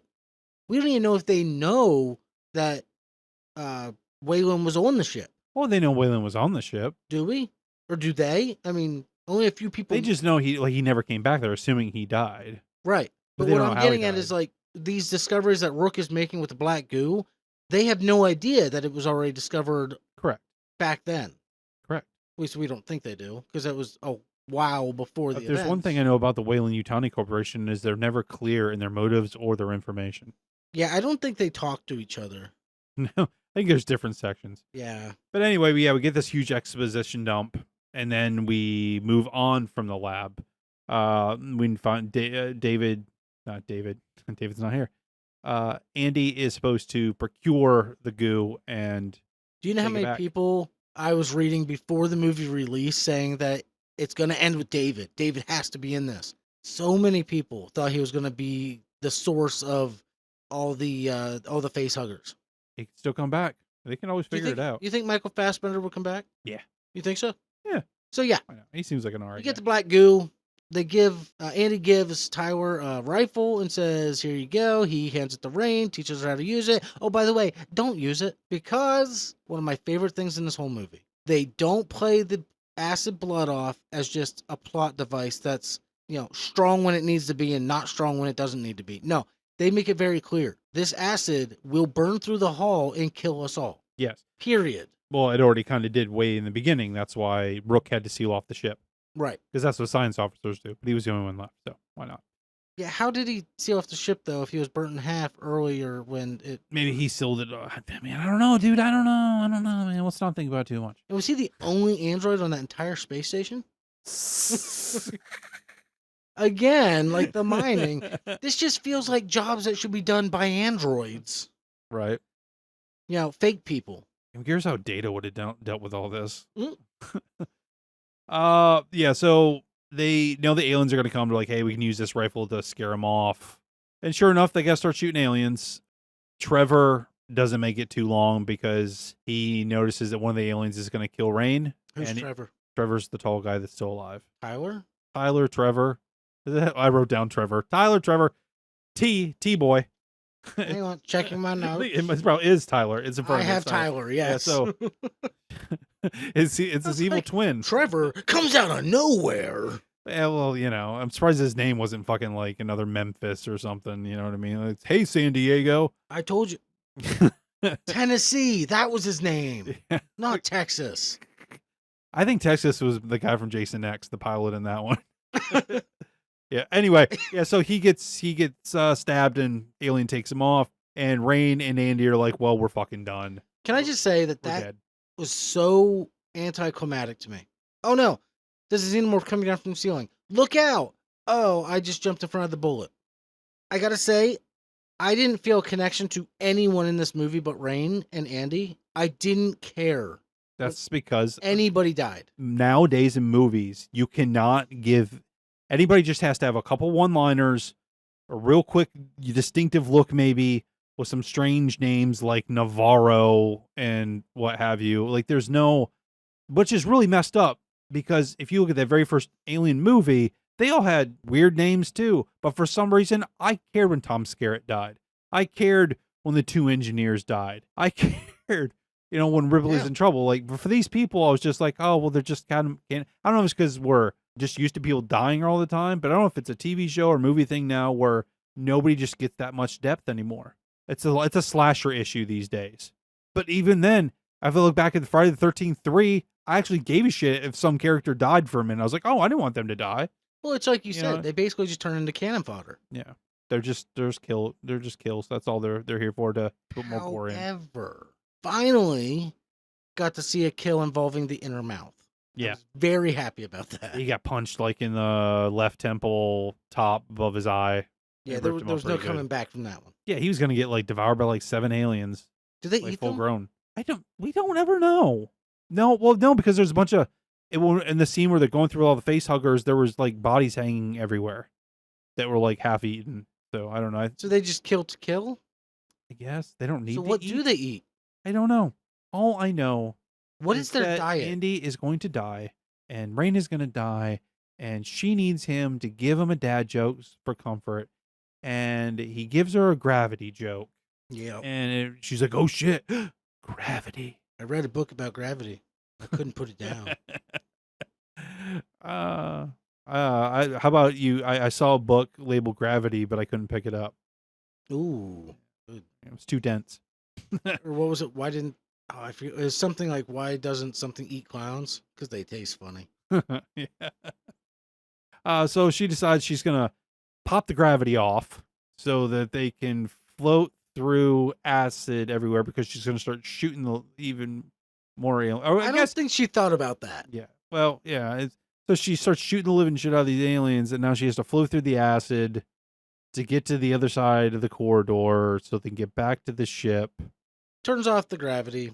All of the xenomorphs just start floating. And I did like the little touch, though, of Andy having his hand on her shoulder. It wasn't for comfort. He was holding her in place. We forgot the whole part where they get Kay out of the corridor. She's not dead. And this is all before Trevor/Tyler even died. So they find Kay and they're going to get her back up to the ship, but Tyler dies in the process. Kay gets on the elevator with her and stops halfway because she's going to go back for Andy, who's got knocked out again.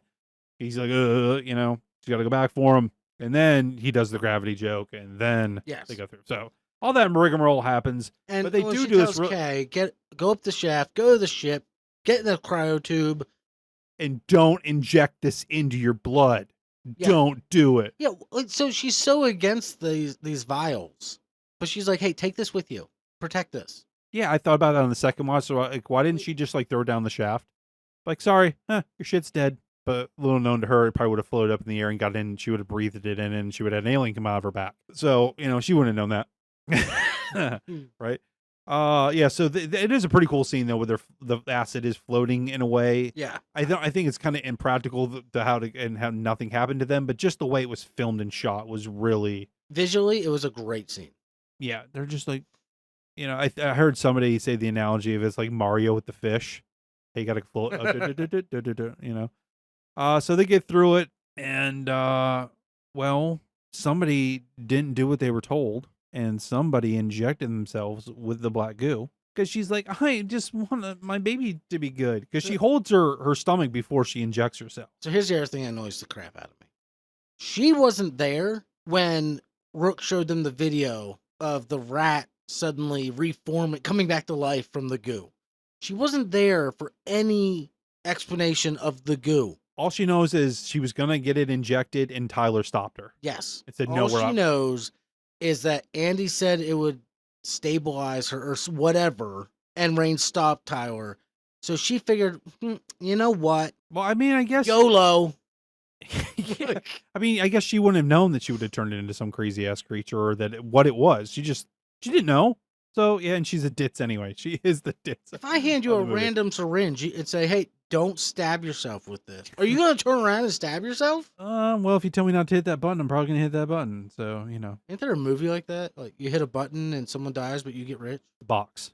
Okay, yeah. I think it's called The Box. Frank Langella. Didn't like that. James Marsden. Yeah, kind of liked it. Can't remember the girl that was in it. Doesn't matter. Anyway. So they get through the corridor. They have a whole huge elevator scene where these aliens are trying to get them through the elevator because they're like floating up through the elevator, and then gravity comes back on. Andy shows that he's strong enough to hold up an elevator. But then like this really bad part happens that is probably the cringiest part of the whole entire movie. That Rain free falls? After that. That she's saved by a xenomorph? I didn't get to that part yet. Oh. Well, I guess it is after that. So at first I was like, oh, this alien stabbed her midair. She's dead. Holy fuck, this main character, she's dead. But then you realize he just kind of... Yeah. Xenomorph monkey-tailed her. Yeah, he's like, hey, baby. Grabbed her like nicely and caught her as she free fell down the elevator shaft. Yeah, and then get us all up in her grill. And I even have it written down here. In your face. Right here. That's what I wrote down. On my papers. Yeah. It caught her. It had her. It let her grab the ladder and then let go of her. Well, then it crawled up to her face, though. Later? Yeah, a couple seconds later. Why did it let go of her to begin with? They're toddler aliens. Their brains aren't developed That's yet. the other question. Where did they all come from? They've been on the ship for 170 days. So where the hell have they been during the events of the last hour and a half? They were on the other side. We just now got to this side of the ship, dude. They were sleeping? Let me ask you a very serious question. Did I write this fucking movie? No, I didn't write this fucking movie. Okay? I just watched it twice. Fetty. It doesn't matter. So, Fetty, buddy, you got a Reddit account. Okay, that means that you're not above, us peons. Come on the podcast and explain some of this to me, please. he also co-wrote it. So somebody else, we get the other. Could you imagine if he actually somehow heard this and he's like, yeah, I'll come on. He probably rip us a new one too. Okay. First off, you little shit. This was he from Spain? Is that what he goes where you look at the I think it's Spain, yeah. Yeah. So this alien it just wants to like, hey, I just want to get real close. I just want to talk to you real quick. Andy's like comes flying down, and he lets go of the elevator, yeah, and the elevator literally just takes out all the xenomorphs in the elevator shaft, except for that one that comes around. Now, I will say the little scene where it obviously ducked into. Also, I guess it was two aliens. One swooped her, let her get to the thing. He got killed, and the other alien comes out from behind the crack. Or the same one ducked in. I'm not sure. But the way they just had it kind of like slowly come out and look at her. Oh, very well you. done. Very well done. But Yeah. then it's like, shoot. Yeah, I got kind of confused at which alien it was. Yeah. But anyway, alien comes flying. Andy's like comes down. As he's flying down, you can see at the bottom of his foot, it's actually written rain because, you know. He knocks that alien all the way down. He grabs the rifle, shoots it like 52 times, gets zero acid on it whatsoever. There's no acid splatter. None. And then says, "Get away from her, you bitch." What a whole. I mean, to me, the worst part of the entire movie. Do you know what that does? That completely devalues Sigourney Weaver saying it later. Yeah. It's, I feel like I don't mind the Reeboks being in there. I don't mind that much that Ian Holm is in there. This bugged me. I did not need this. Yep. He could have just said, just get away from her and just ended that. Just end that sentence. I felt they were trying to pull a Predator where every single movie has your one ugly. Oh, yeah, you're ugly. Like every single one has that. That line's a bit different. You know, I don't know. It's like Doctor Who. Like everyone says, it's bigger on the inside. For Doctor Who? Exactly. And then he goes on, or she goes on. It's just they were shoehorned in here. Yeah, they're trying to pull a tagline that shouldn't be there. Here's the deal. You have already got me to watch 3/4 of this movie. You've already got my movie money. You don't need to let me know I'm watching an alien movie because I already know. Right. I already know the other alien movies exist. And I don't think that anybody who is a first-time alien watcher has never seen a meme or a clip on the greatest 100 movie moments of all time or Watch Mojo, whatever it is. Even if this is your first alien movie, you've got to know going in something about another alien movie.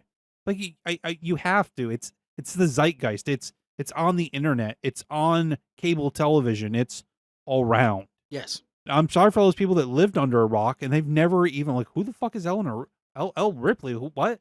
Who's Call? Who's? Funny thing is, the day after we went and saw this movie, someone had turned the TV on in our lounge because normally it's on like our channel and like TNT or something, bro. Yeah, they changed it to a movie channel. I think it was FX, and it was all the Alien movies followed by all the Predator movies, and I'm just like, come on, really? So I sat there for a little bit, probably longer than I should have. Well, when we were at the beach flipping through channels, they had Alien movies on because obviously Alien was coming out soon. You know, they had the Aliens on one set of channels going on. They had the other one. They had the Deadpool, and the other one was like you could tell Disney has like, we got these movies coming out, so we're gonna control these movie channels, these cable channels, and we're gonna put all these on. Go. So yeah, we get that horrible bitch line. No acid blood. So which completely destroys what I just said about how I'm so glad they didn't use it as a plot device. They get back to the ship, and this is... Well, that's it. Yeah. The alien was killed. They get to the ship. They put Kay in cryo. The station's going to get ripped up into the rings. Now, autopilot has been engaged at this point by Rook. Yes. Because Isabella Merced, she's on there, or Merced, whichever way it goes, I don't know. But Kay, she looks at this button that cannot be seen by the monitor, and all of a sudden Rook shows up. Push the button. Let me take control. I got you. Wasn't a huge fan of that scene. Yeah. Now, there's some complaints that even though this wasn't done that bad, like, why was he in it so much? I thought this was a little bit overkill at this point. But then Rain shows up, and she's like, goodbye, unclicks the button after they leave. Yeah. We don't need you, buddy. I did like that they didn't just blatantly make the android into a villain. He legit wanted to save Kay. Now, he wanted to save the compound. But, I mean, I don't know. How did he know that she injected herself? Did he see it on a monitor somewhere? I don't think he did. I think he just knew that she had the vials with her. Because that's why he wouldn't let them back up the elevator. Yeah, he's like, oh, yeah, I'm sorry, your sympathies, or my sympathies for you, you're going to die off. Basically, your sacrifice is worth it, bitch. Yeah. So they take the thing away. Rain puts Kay into the tube, the cryo tube, They're like, okay, we're good. We're going to go. We're fine. You know, she realizes that she's injected herself, but she's like, it's okay. We'll just put you in the stasis. We'll deal with it when we get to wherever the fuck we're going. Yep, go plug in. Vagar, that's spelled weird, like VGHAR or something. Yeah. V'ger from Star Trek. They're going to V'ger. But just as Rain's going to get her too. Yep, vitals, critical. Yeah, was it cryo abandoned or? Yeah, it's like it stops doing what it's doing because it's like, well, this person's going to die, so we can't keep you in stasis. Why didn't it beep after aliens and say, hey, you're in trouble? I don't know. Why didn't it just stay frozen? Because, you're dead anyway, and we're just going to thaw you out and let you stink up the ship. Yeah, there's some faulty stuff here, which I'm recognizing even more as we're talking here. Rain realizes, oh my god, so she gets her out, and there we get this wonderful stork comes by and drops off a pod. Yeah, Kay gives birth to this cocoon pod deal egg. Yeah. While they don't show anything, it felt awkward and gruesome. Like I know it was her supposed screaming to. and her teeth. Like you could see the anguish. Like she acted that very well. Like, she was in tremendous pain. Oh, you didn't know? They stabbed her before they did that scene. Oh, that's some method acting right there. They get the umbilical cord ripped off, and she's like, "Get it out of here!" Rain grabs it, and she's going to the 10-yard line. She's trying to make the touchdown. It realizes acid's coming everywhere. Somehow, something from this pod is leaking acid. Why it's leaking acid, I don't know. But because it is it's hatching. Oh, it's hatching. And Obviously. apparently, the embryotic fluid inside this pouch is acid. So she does what any normal person would do, and she throws it. Well, yeah, she just want to get burned by acid. I mean, she wasn't there for Bjorn's acid death. Well, true.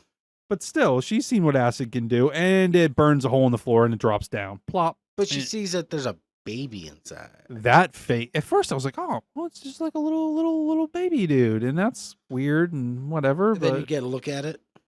Yeah, so she goes to track it down. Well, this thing has hatched out of its thing. It's crawled away. Just real quick, I got a better look at it on my second watch through. That thing is creepy looking. I freeze framed. Did you? Yeah, because I was like, I want to just really check this out. Because in the theater, I just saw it. Oh, it's a baby. Oh, she's going to feel bad for it. That's kind of what happens. But then I could actually see it on my rewatch, and I'm like, dude, what? There's something else going on there. Like, what is that? Yeah. Andy finds Kay, and he's like, dude, what's going on? And then he's like, oh, shit, something's behind me. Oh, so... Okay, and I even have it written down here somewhere. In my opinion, that was one of the best reveals of like a creature or just any like villain type, whatever that I've ever seen. That he just slowly turns around, and it's not like you see it walking out of the shadows. You don't see it like getting ready to kill you. No, you just see it sitting there watching you.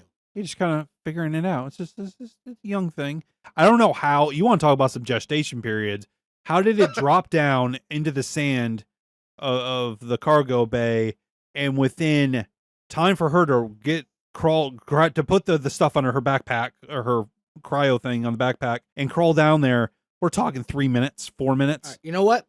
I'm going to give And that thing goes from being the size of a Yorkie to the size of the werewolf dude in Harry Potter. Like, bigger. Like, if the basketball dude's 7 something, like this thing is huge. If I read it 7'7". correctly, the Belgium basketball player was 7'7", and this thing, the way they did the camera angles and everything. Well, Spaney's only like 5 something. Say if Rain was like 5 foot, this thing had to have been 12 feet tall. Yeah, massive. Yeah, bigger than than Ripley's kid. So here's what I'll give you. All right, I just now decided this. I'm gonna go ahead and just give you the credit on you were right. Because it was genetically modified, the facehuggers grew at a substantial rate because they wanted to harvest more of that black goo, so they needed them to grow quicker. Well, the black goo had the genetic modifications as well, and that's what caused this thing to grow so quick. Super juice. Yep, it was... I don't know how you create matter and divide membranes and all that stuff. When you're looking at a microscope and everything starts dividing things. Like, it was liquid life. We'll put Yeah. So and Andy like puts its hand like it's a dog. Like he's like, no, hold on, dude. Because it comes out on all fours. Yeah, he's just like easy, and it's just like bitch out of the way. Well, no, it stands up first. Well, yeah. And then you realize, oh shit, you see that its back is very xenomorphic, Well, and it was still forming. but its face. So we So- want to talk about things that are now canon for sure. This, I called it instantly the engine alien before it's you called did. the Yeah, you offspring. did. The Endomorph? Dude, the first thing I thought of when I saw it like crouched in the hallway when they first see it. Do you ever see those Splice. I thought Splice, but continue. Splice? The movie Splice. Okay. No, the first thing I thought of was the rake. Did you ever see like the cryptid videos of the rake? It's supposed to be like a real like skinwalker-esque creature. Like that's the first thing I thought of. I'll find a picture for you and show you later. And then I realized that this thing is significantly more terrifying than the rake. This thing is the most more terrifying than any xenomorph. It's more terrifying than Ripley's kid because it has the face of an engineer. Yes. I put down the offspring. White humanoid being with a xenomorph tail, facial features of an engineer, and the creepy look of the rake. Extremely strong and fast. When it like looks up and screams and roars, it's unnerving. Now, well, there's a point where it thinks it's got rain, and it has that smile. Yeah. Like, super unnerving. Like, there's something wrong with you, bro. Like, Yeah. You special. Yeah, so but it crawls up to Kay because it's like, mommy?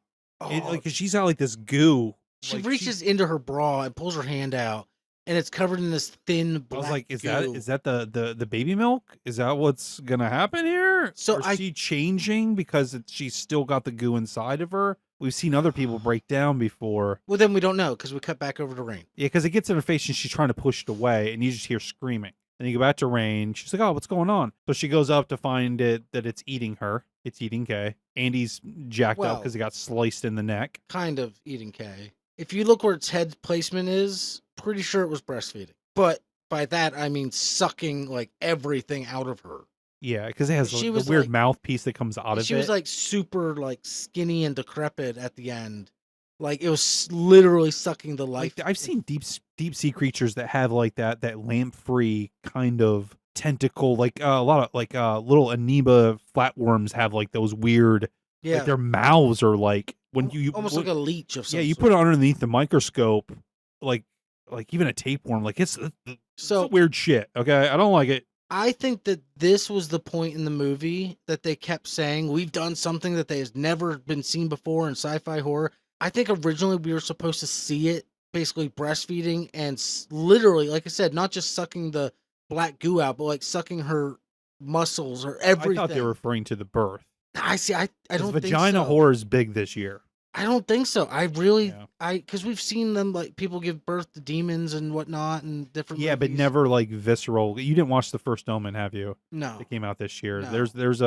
There's a down south scene in there too where you're like, what?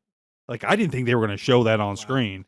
I don't know. It's a year for it. I think this was the scene that they were talking about, but I feel like it got cut somehow or shortened. I'm afraid to say it, but I think when we eventually get an extended cut, I think we're going to see more of the scene that we didn't want to see. Well, time will tell. Time will tell. All I know is it turns around and the look in its eyes when it sees Rain is like dessert. Please. Yeah, it chases her, and she Please, has to sir. find a way to get rid of it. And the ending is something we've kind of already sort of seen before. It is what it is. I was like, oh, this is gonna be just like Ripley's kid and whatever. How but- do they kill every other alien? We vent it. Yeah, we got another vented scene. But I really liked how they did this. I have to admit. The way so yeah, she lures it unintentionally down into the cargo bay, I guess you could say. She's got to undo 4 levers. And she gets 3 of them done, but hey, guess what?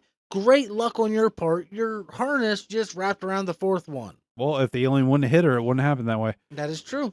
But so yeah, she knocks over the egg that is perfectly sitting with full of acid, like perfectly sitting there. I don't know. Symbiotic acid. How did it not spill out when the creature crawled out? Called out Carefully? Carefully, Okay. very carefully. Yeah, we see it eat through the floor. Hey, the thing they've been alluring to the entire movie comes to fruition. It eats through the hole. It does. That sudden boom of just silence. I did like that part That- where the music goes away.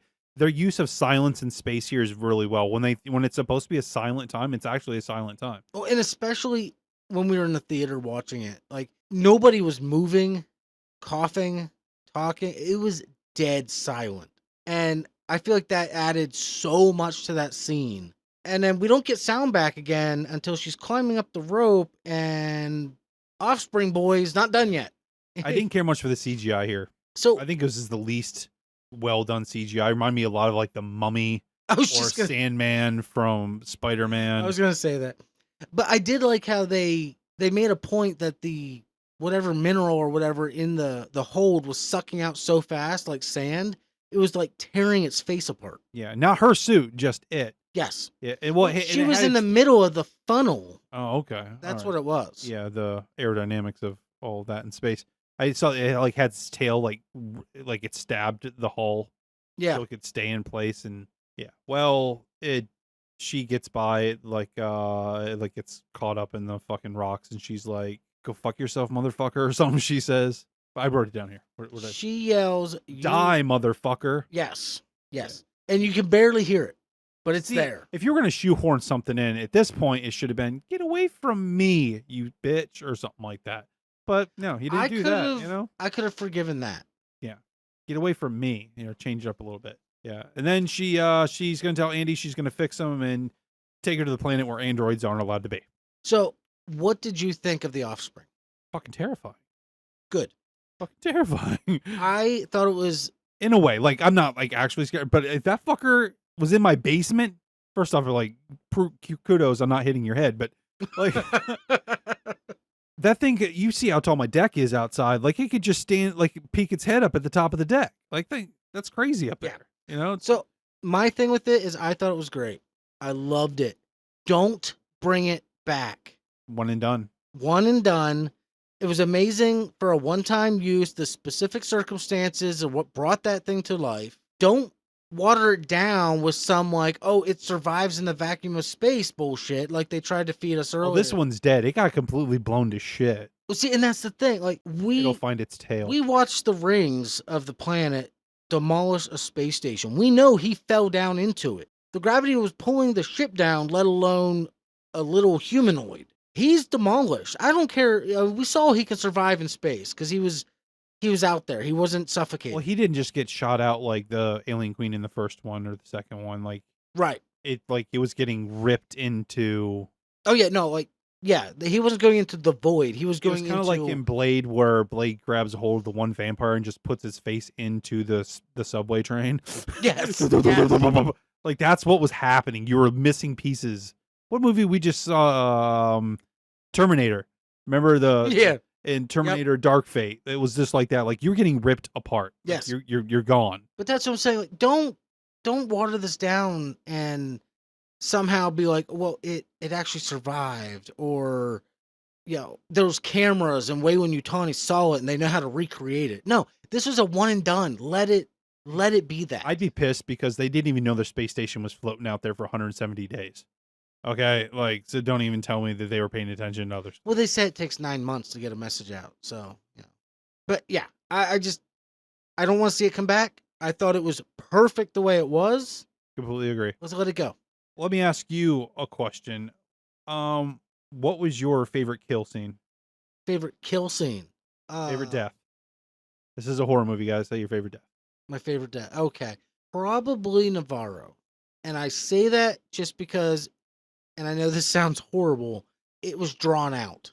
It was agonizing. It was like she saw it coming out of her chest. There was no, don't let me die. But she knew she was screwed. You know what I mean? Yeah. I feel like that was the best one just because nobody knew what was happening on the ship.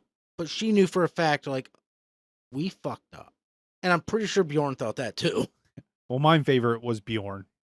Okay. The acid, he gets stabbed in the eye. The acid's eating his fingers away. He's like, at first he feels dripping, so he's trying to like protect himself. Yeah, he probably should have rolled away.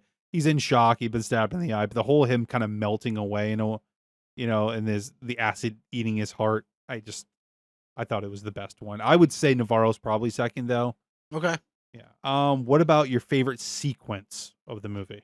Explain. What do you mean? Like just like for instance, like the acid floating thing, or the elevator scene, or Okay. the red room in the beginning, or just something like that. Like, what was your favorite scene or sequence?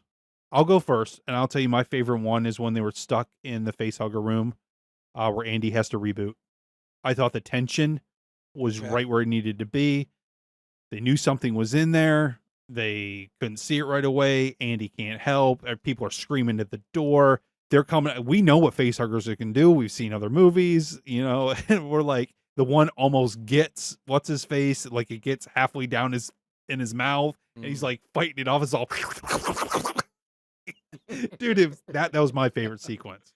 I would have to say when Kay is on the other side of the door, because Open the door, like man. Open the door. I mean, you feel for her and you feel for the brother, and like you're part of you is like, come on, open the door, open the fucking door, let's go, come on, open the door. But then you're also like the other half of your brain screaming, Do not dude, open that door. you know it's right there. Don't open that door. And this is one of those movies where you're sitting there like, okay, are they going to make the bad mistake? Are they going to make the good? Like, what are they going to do here? I don't know what they're going to Is do. the director going to have them do the logical thing, or is it going to make them do the stupid mistake that everybody does? So, like, something I'll say about the movie as a whole, it kept my anxiety up. Normally, I take medication to keep it down. I think it was perfect the way that this movie, it just, like I told you off mic, the first half, not that it was slow, but it was a nice pace setting things up. The second half is just boom, boom, boom. We got 40 minutes till we collide with this ring. We're screwed. Go, go, go, Go, go, go, go. And I thought that sudden change of pace, even though I've read a lot of people complaining about it online, I thought it was perfect because that added to the anxiety that you didn't have time to shake it. You didn't have time to come down from your own emotional high of last scene before you see the next scene and the next scene.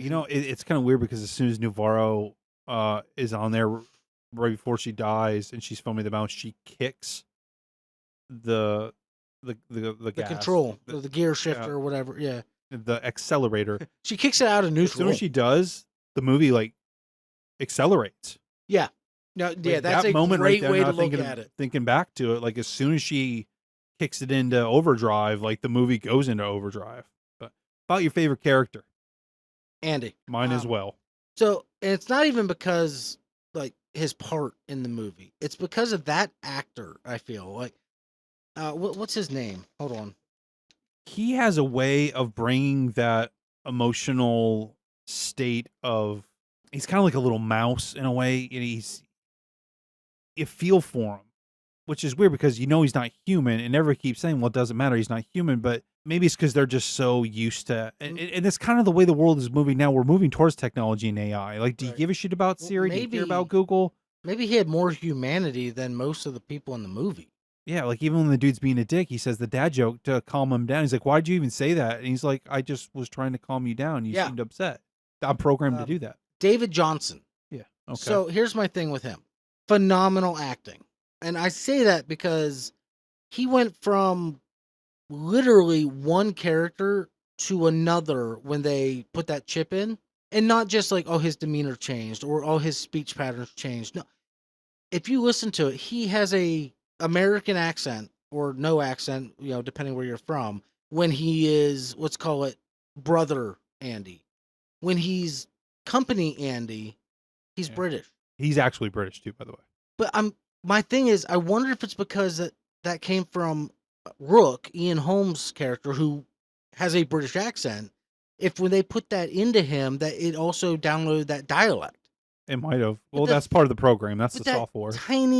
Tiny detail that I didn't notice till my second watch through. That made the whole thing.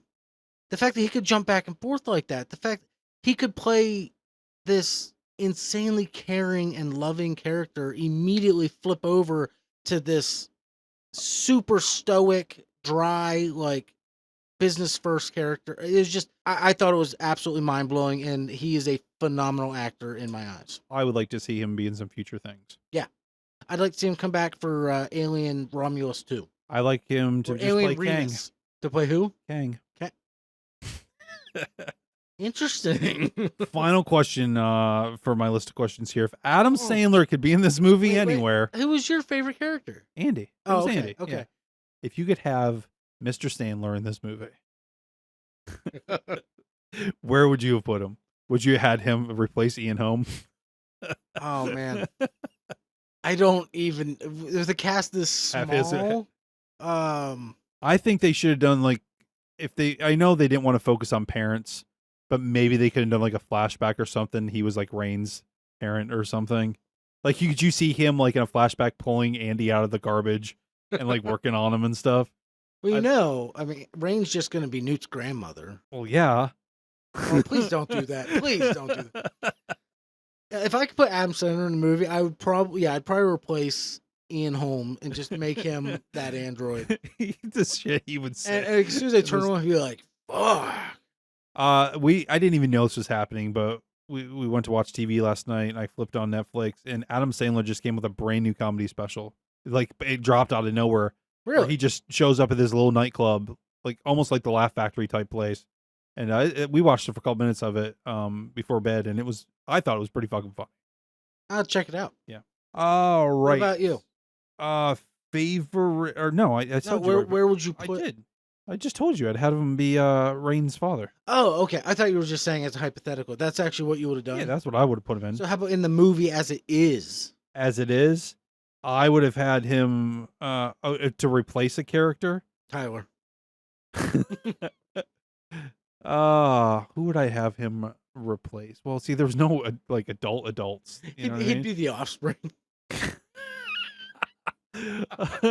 Dude, if that smile of Adam Sandler, like he's just gonna eat you.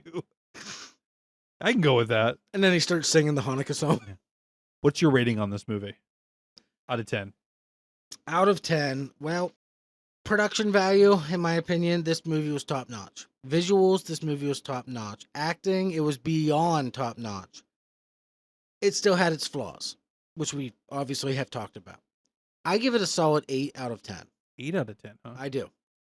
I rank it right up there with some of the better sci-fi movies that I've seen. I hate me if you need to, people. I love this movie. Is this your overall thoughts along with your rating? Is that what we're These doing just here? my thoughts on why I give it an 8. Yeah. Like I thought it was just the sequel or prequel that we deserved. I thought it was fantastic, especially when you consider it was done as a standalone film. You? I mean, it's kind of a conundrum for me. Now, I did like it a little bit better on second watch. On the surface, I really like it. But then when I start to like dig into it a little bit deeper, I feel like the shine wears off a little bit. I don't know if this movie can really stand the test of time or how it'll do on rewatch.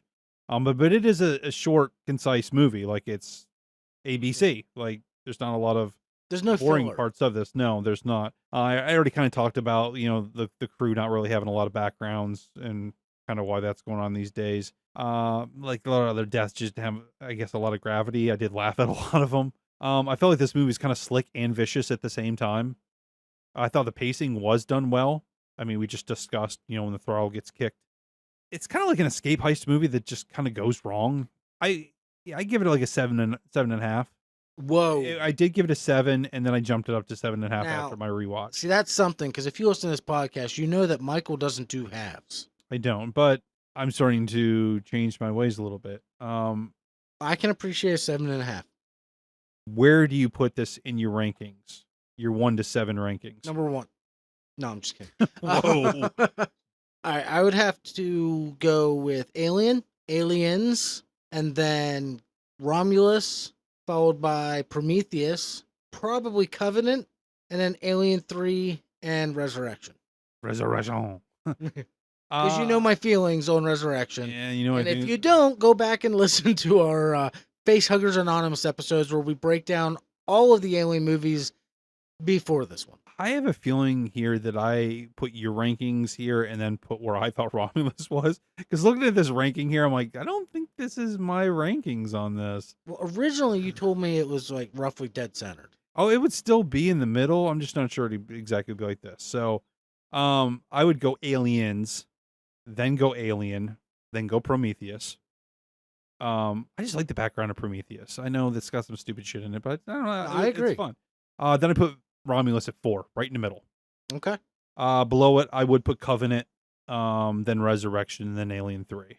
Listen, I've listened to some podcasts and done some stuff online, like research and things, and people Alien 3 has a lot of lovers out there, but I'm just not one of them.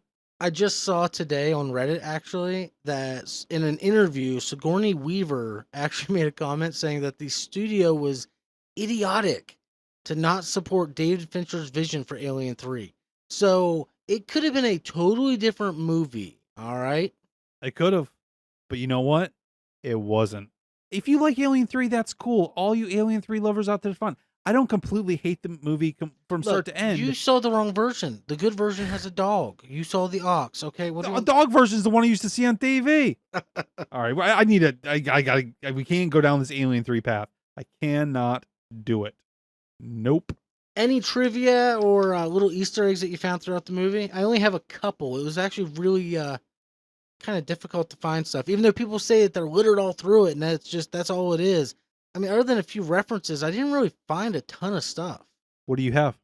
Okay, so in the scene where they're planning their, I guess you could call it a heist to go, steal the cryo tubes. There is in that scene you do see the Aspen beer cans that you see during other movies. Yeah, I heard about this, and I didn't even realize in those movies that they were even drinking Aspen beer. But I was like, sure, that's a thing, I guess. I didn't even know it was a thing.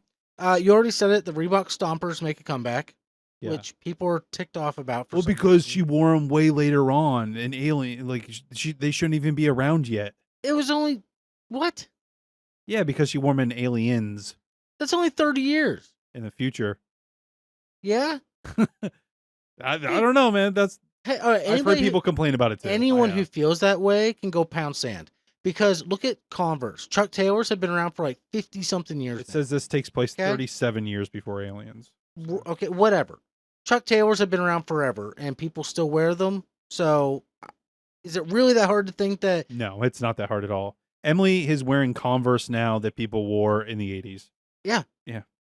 And whatever. it's a mining colony. They probably get hand-me-downs and second-rate stuff. They don't get new things. Well, now Reebok's never going to sponsor us because you called them hand-me-downs and second-rate things. That's fine. We already mentioned Rook. He's the newer version of Ash. The Black Goo makes a resurgence. We obviously talked about that. The classic Tracker makes a comeback from Aliens or Alien 2, however you want to say it. The almost looks like something out of Star Wars, like that really bad, just lined mapping. It's what they used so that they can find the other cryo depot. I thought that was kind of neat. But I'm also concerned that technology hasn't advanced in 37 years to Aliens. They just don't get any new stuff. Apparently. And where was the X-ray torch in the other movies? Like, that thing was freaking cool. Somebody said that it was somewhere else too, and I don't quite remember. Unless we're talking, it was in Covenant and Prometheus or something. I don't remember seeing it. Yeah, they say it's somewhere else, but I haven't obsessed over these movies, even though we did a whole series podcast on them. I don't remember everything. And then when whenever Rook is saying about the Nostromo and what I happened think it and chose stuff. a better name. I do too, but you see some of the different character faces on the screen when he's talking about them. You also see a map of the Nostromo show up on one of the screens, kind of like Gambit at the end of Deadpool. But Yeah, and I missed it. Even I got to go back now because I don't.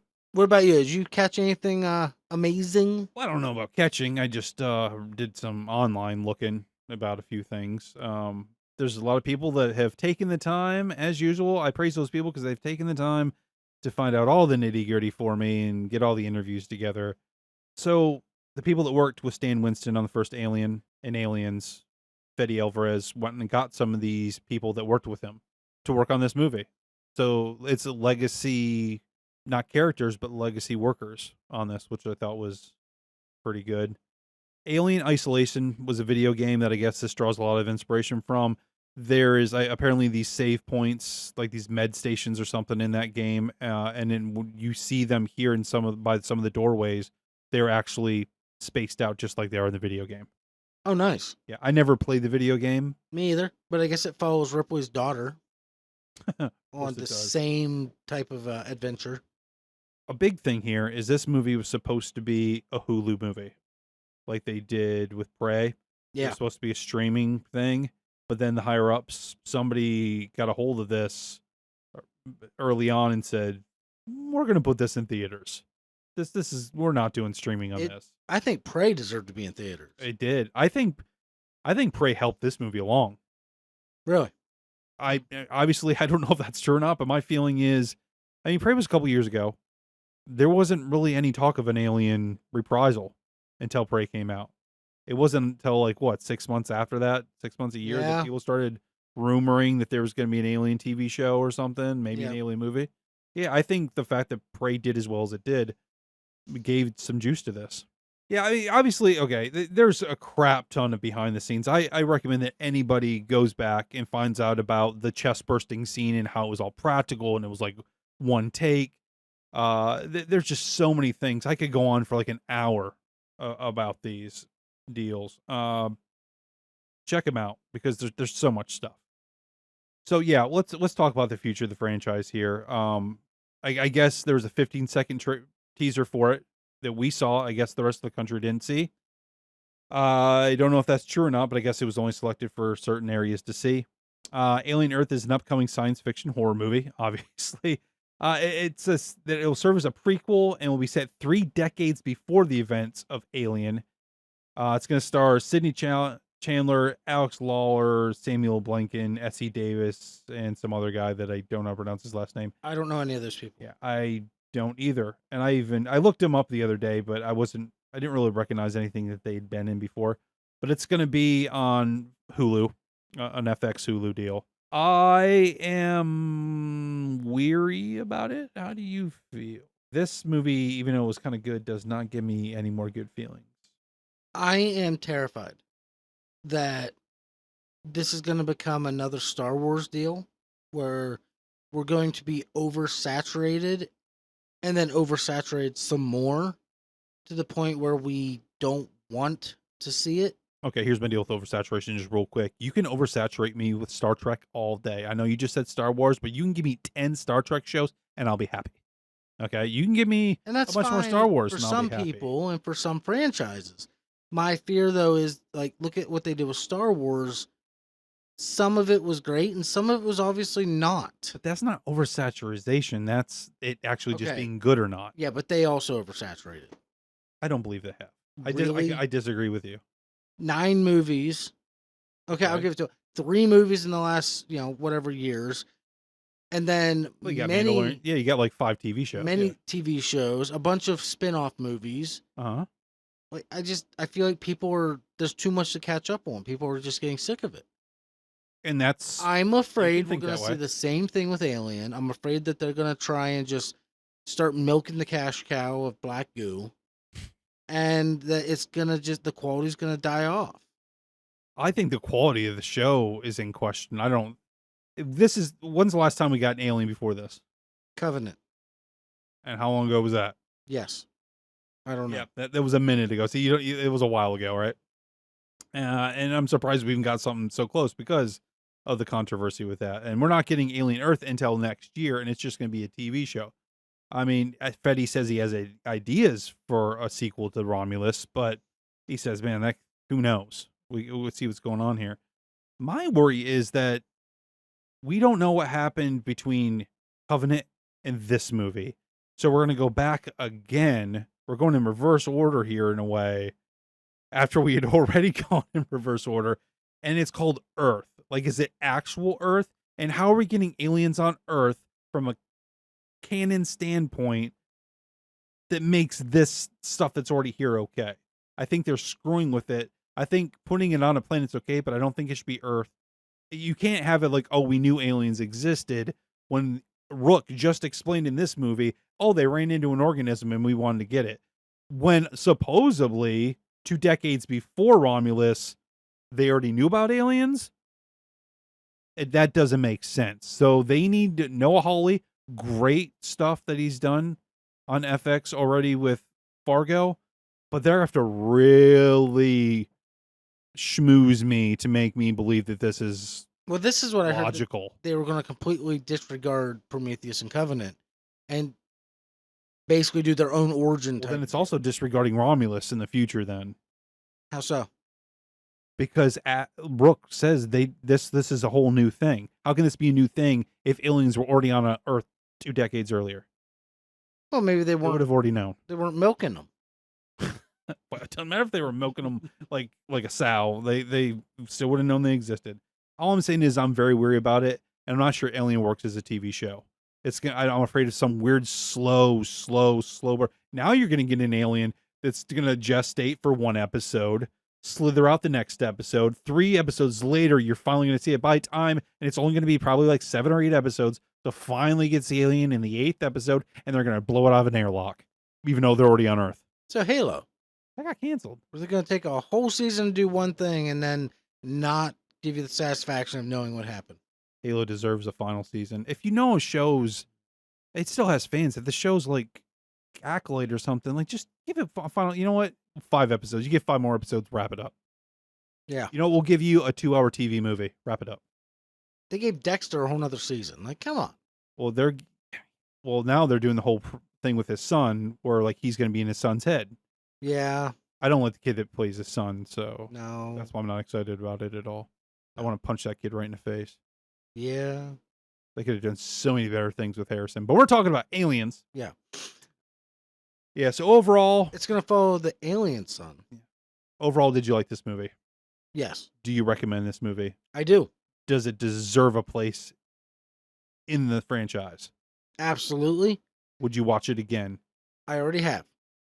Well, I mean, would you watch it again in a couple months? Yeah. If you're flipping through channels, like, oh shit, this is on. Would you stop and watch it? Yeah. I would take the All right. time to watch it again. What about you? It depends if I was Emily. If I was Emily, depends if I was if with her or not. If she was there, she'd probably be like, "I'm not watching that," and then she slapped me for making that voice. I don't sound like that or like that. I'm not a basketball player from McCoy. She's not a horror fan at all. Not really. I kind of just choose when we're gonna watch something because she'll hold up a pillow. You know, tell me when it's over, and I laugh. See, Yeah. Danae's the same way, but more in the sense of she'll just leave the room, like, because she said that she gets nightmares, and I'm like, all right, I get that, but I think she could we're watch watching this, though. Doctor Who. Oh, Like, it's the Daleks. like, Come here, Doctor. no, it was the episode where with David Tennant, I think it was, where they like get stuck in the dollhouse and it's creepy doll people, and I'm like, this is nothing compared to some of the stuff that Can comes. she handle the angels? I don't even think we got to them. Those angels are dope, dude. I Yeah. think Emily could watch this because it is action oriented. Well, and She in all watched Smile, seriousness, it's so- not that gruesome. Like, the most It's slimy. graphic thing you see is the birth, and you don't really, you just see some blood spurting out. Yeah, the Bjorn getting melted by acid was, you could say it was graphic, but there's no blood. It's just you see because the acid's eating the blood. you see him deteriorate, basically. Like, which that Well, was a really cool scene. I think for a space horror movie, for something that's more technologically what it is, I think he did as much as he could here. And we might get a cut that's a little bit more gory. Like with Evil Dead, that's like something that's supposed to be blood. Right. This isn't, and Alien's never been known for that type of blood. If anything, Predator is more of a bloody thing because you're skinning people alive. But What? yeah, And how about that end credit scene? the end credit scene, you know, I waited, and man, was I satisfied that I waited for nothing. There was no end credit scene. No. Okay, we'll just throw it out there right Yeah, now. we didn't wait for that. But I think that that really wraps up our take on Alien Romulus. What do you think? I believe that wraps it up as well. I think maybe we should show back up in the future when the TV show comes out. Maybe we'll talk about it. I completely concur. So yeah, that's gonna wrap up this episode on Alien Romulus. Like I said, like Michael said, Like. check it out. Hit that like button. Go watch Smash it. and Go watch it for yourself. See what you think and comment. Let us know. Yes, like, subscribe, comment. Let us know what you hated about it or loved about it. Yeah. What are your Alien rankings? What now did that you you've think seen of it? Ian Holm coming back? What did you think of The Offspring? Did you shit an engine yourself alien. in the theater? Is your seat wet as you leave the theater? Did you Let laugh? us know. Did you? How many times did you laugh during this movie? Because I laughed a lot. I'm just gonna say it one more time. When she flies out that airlock. Dum, dum, dum, dum, dum. Oh, I loved it. Yeah, anyways, we are active on social media. So you can hit us up on Instagram or X and Facebook if you need to, but we're not. Yeah, you can tell us who's better. I just put up there today Ellen Ripley or Sarah Connor. And I was You know, the what's only a one to better comment. character? Did you see that? I did. I liked it. That's a horrible choice. But Ripley. I gotta go with Ripley. I get it. We are active on social media. So X, Instagram, Facebook, look us up. Tree of Geek. We're there. We're everywhere. TreeGeek.com. We are on YouTube. That's probably where you're listening to this right now. But just in case, youtube.com. I have heard that we've had a couple Spotify listeners. Yeah, like 4. But yeah, we're youtube.com My friend- / Tree of Geek. You're all my friends. Yeah, all of our friends. No, everybody listening right now, you are now my friend. And if you really like what you're hearing and you think, wow, I just got unfriended. these guys are just amazing. Or, wow, these guys suck and they need, to get their quality up. Check out our Patreon. Patreon.com / Tree of Geek. $5 a month. You can jump in on the bandwagon. You can get some insider information as well as a shout out on every show. And eventually, when we actually have a reason to start making it, We'll have some content. yeah, we will. Especially for you. We've talked about maybe some movie reaction videos, and who knows what we're gonna do. $5 a month. It gets you all of the fun stuff, and you can support this podcast and help us grow. You also get a shout out on every show. So, John. No, hey, well, no, I'm going to shout out to John. You shout out the other guy. I'm All going right, to shout you go out ahead. John. Thank you so much. John was actually supposed to be part of our last episode. He was unfortunately not able to make it because of logistical issues. So shout out to John. Maybe we can have you again on soon. Thank you for being a friend. He was also supposed to come see the movie with us, but the same issues prevented him from coming. So it happens. Buddy, we love you. And a huge shout out to Unconfined You for being our Patreon paid subscriber. That's right, paid subscriber. He gets to enjoy all the special stuff, not you. But you know what? At the end of the day, we're all just people trying to not get murdered by aliens. So don't get murdered by aliens. This is the moral of that story. But no, the moral of the story is be nice to your neighbor. Yes. Like him or not, like her or not, or like them or not, just be nice to your neighbors. Be kind. Yeah, because you never know when one of them's going to have a chest burster. Yeah, you'd be like, oh, and you just put your ear up there. And yeah, this is true. Oh, and they're like, what's that show tune? Hello, my baby. Hello. Oh, jeez. All right, let's get out of here. These guys are tired. They're sick of us rambling on. All right, so from the Tree of Geek, this is Josh saying take care, everybody, and thanks for joining us. This is Michael from the Tree Geek saying live long and prosper. Now, if you don't mind, I got to go put my engine back in the station. Till next time, people. A jug, a jug.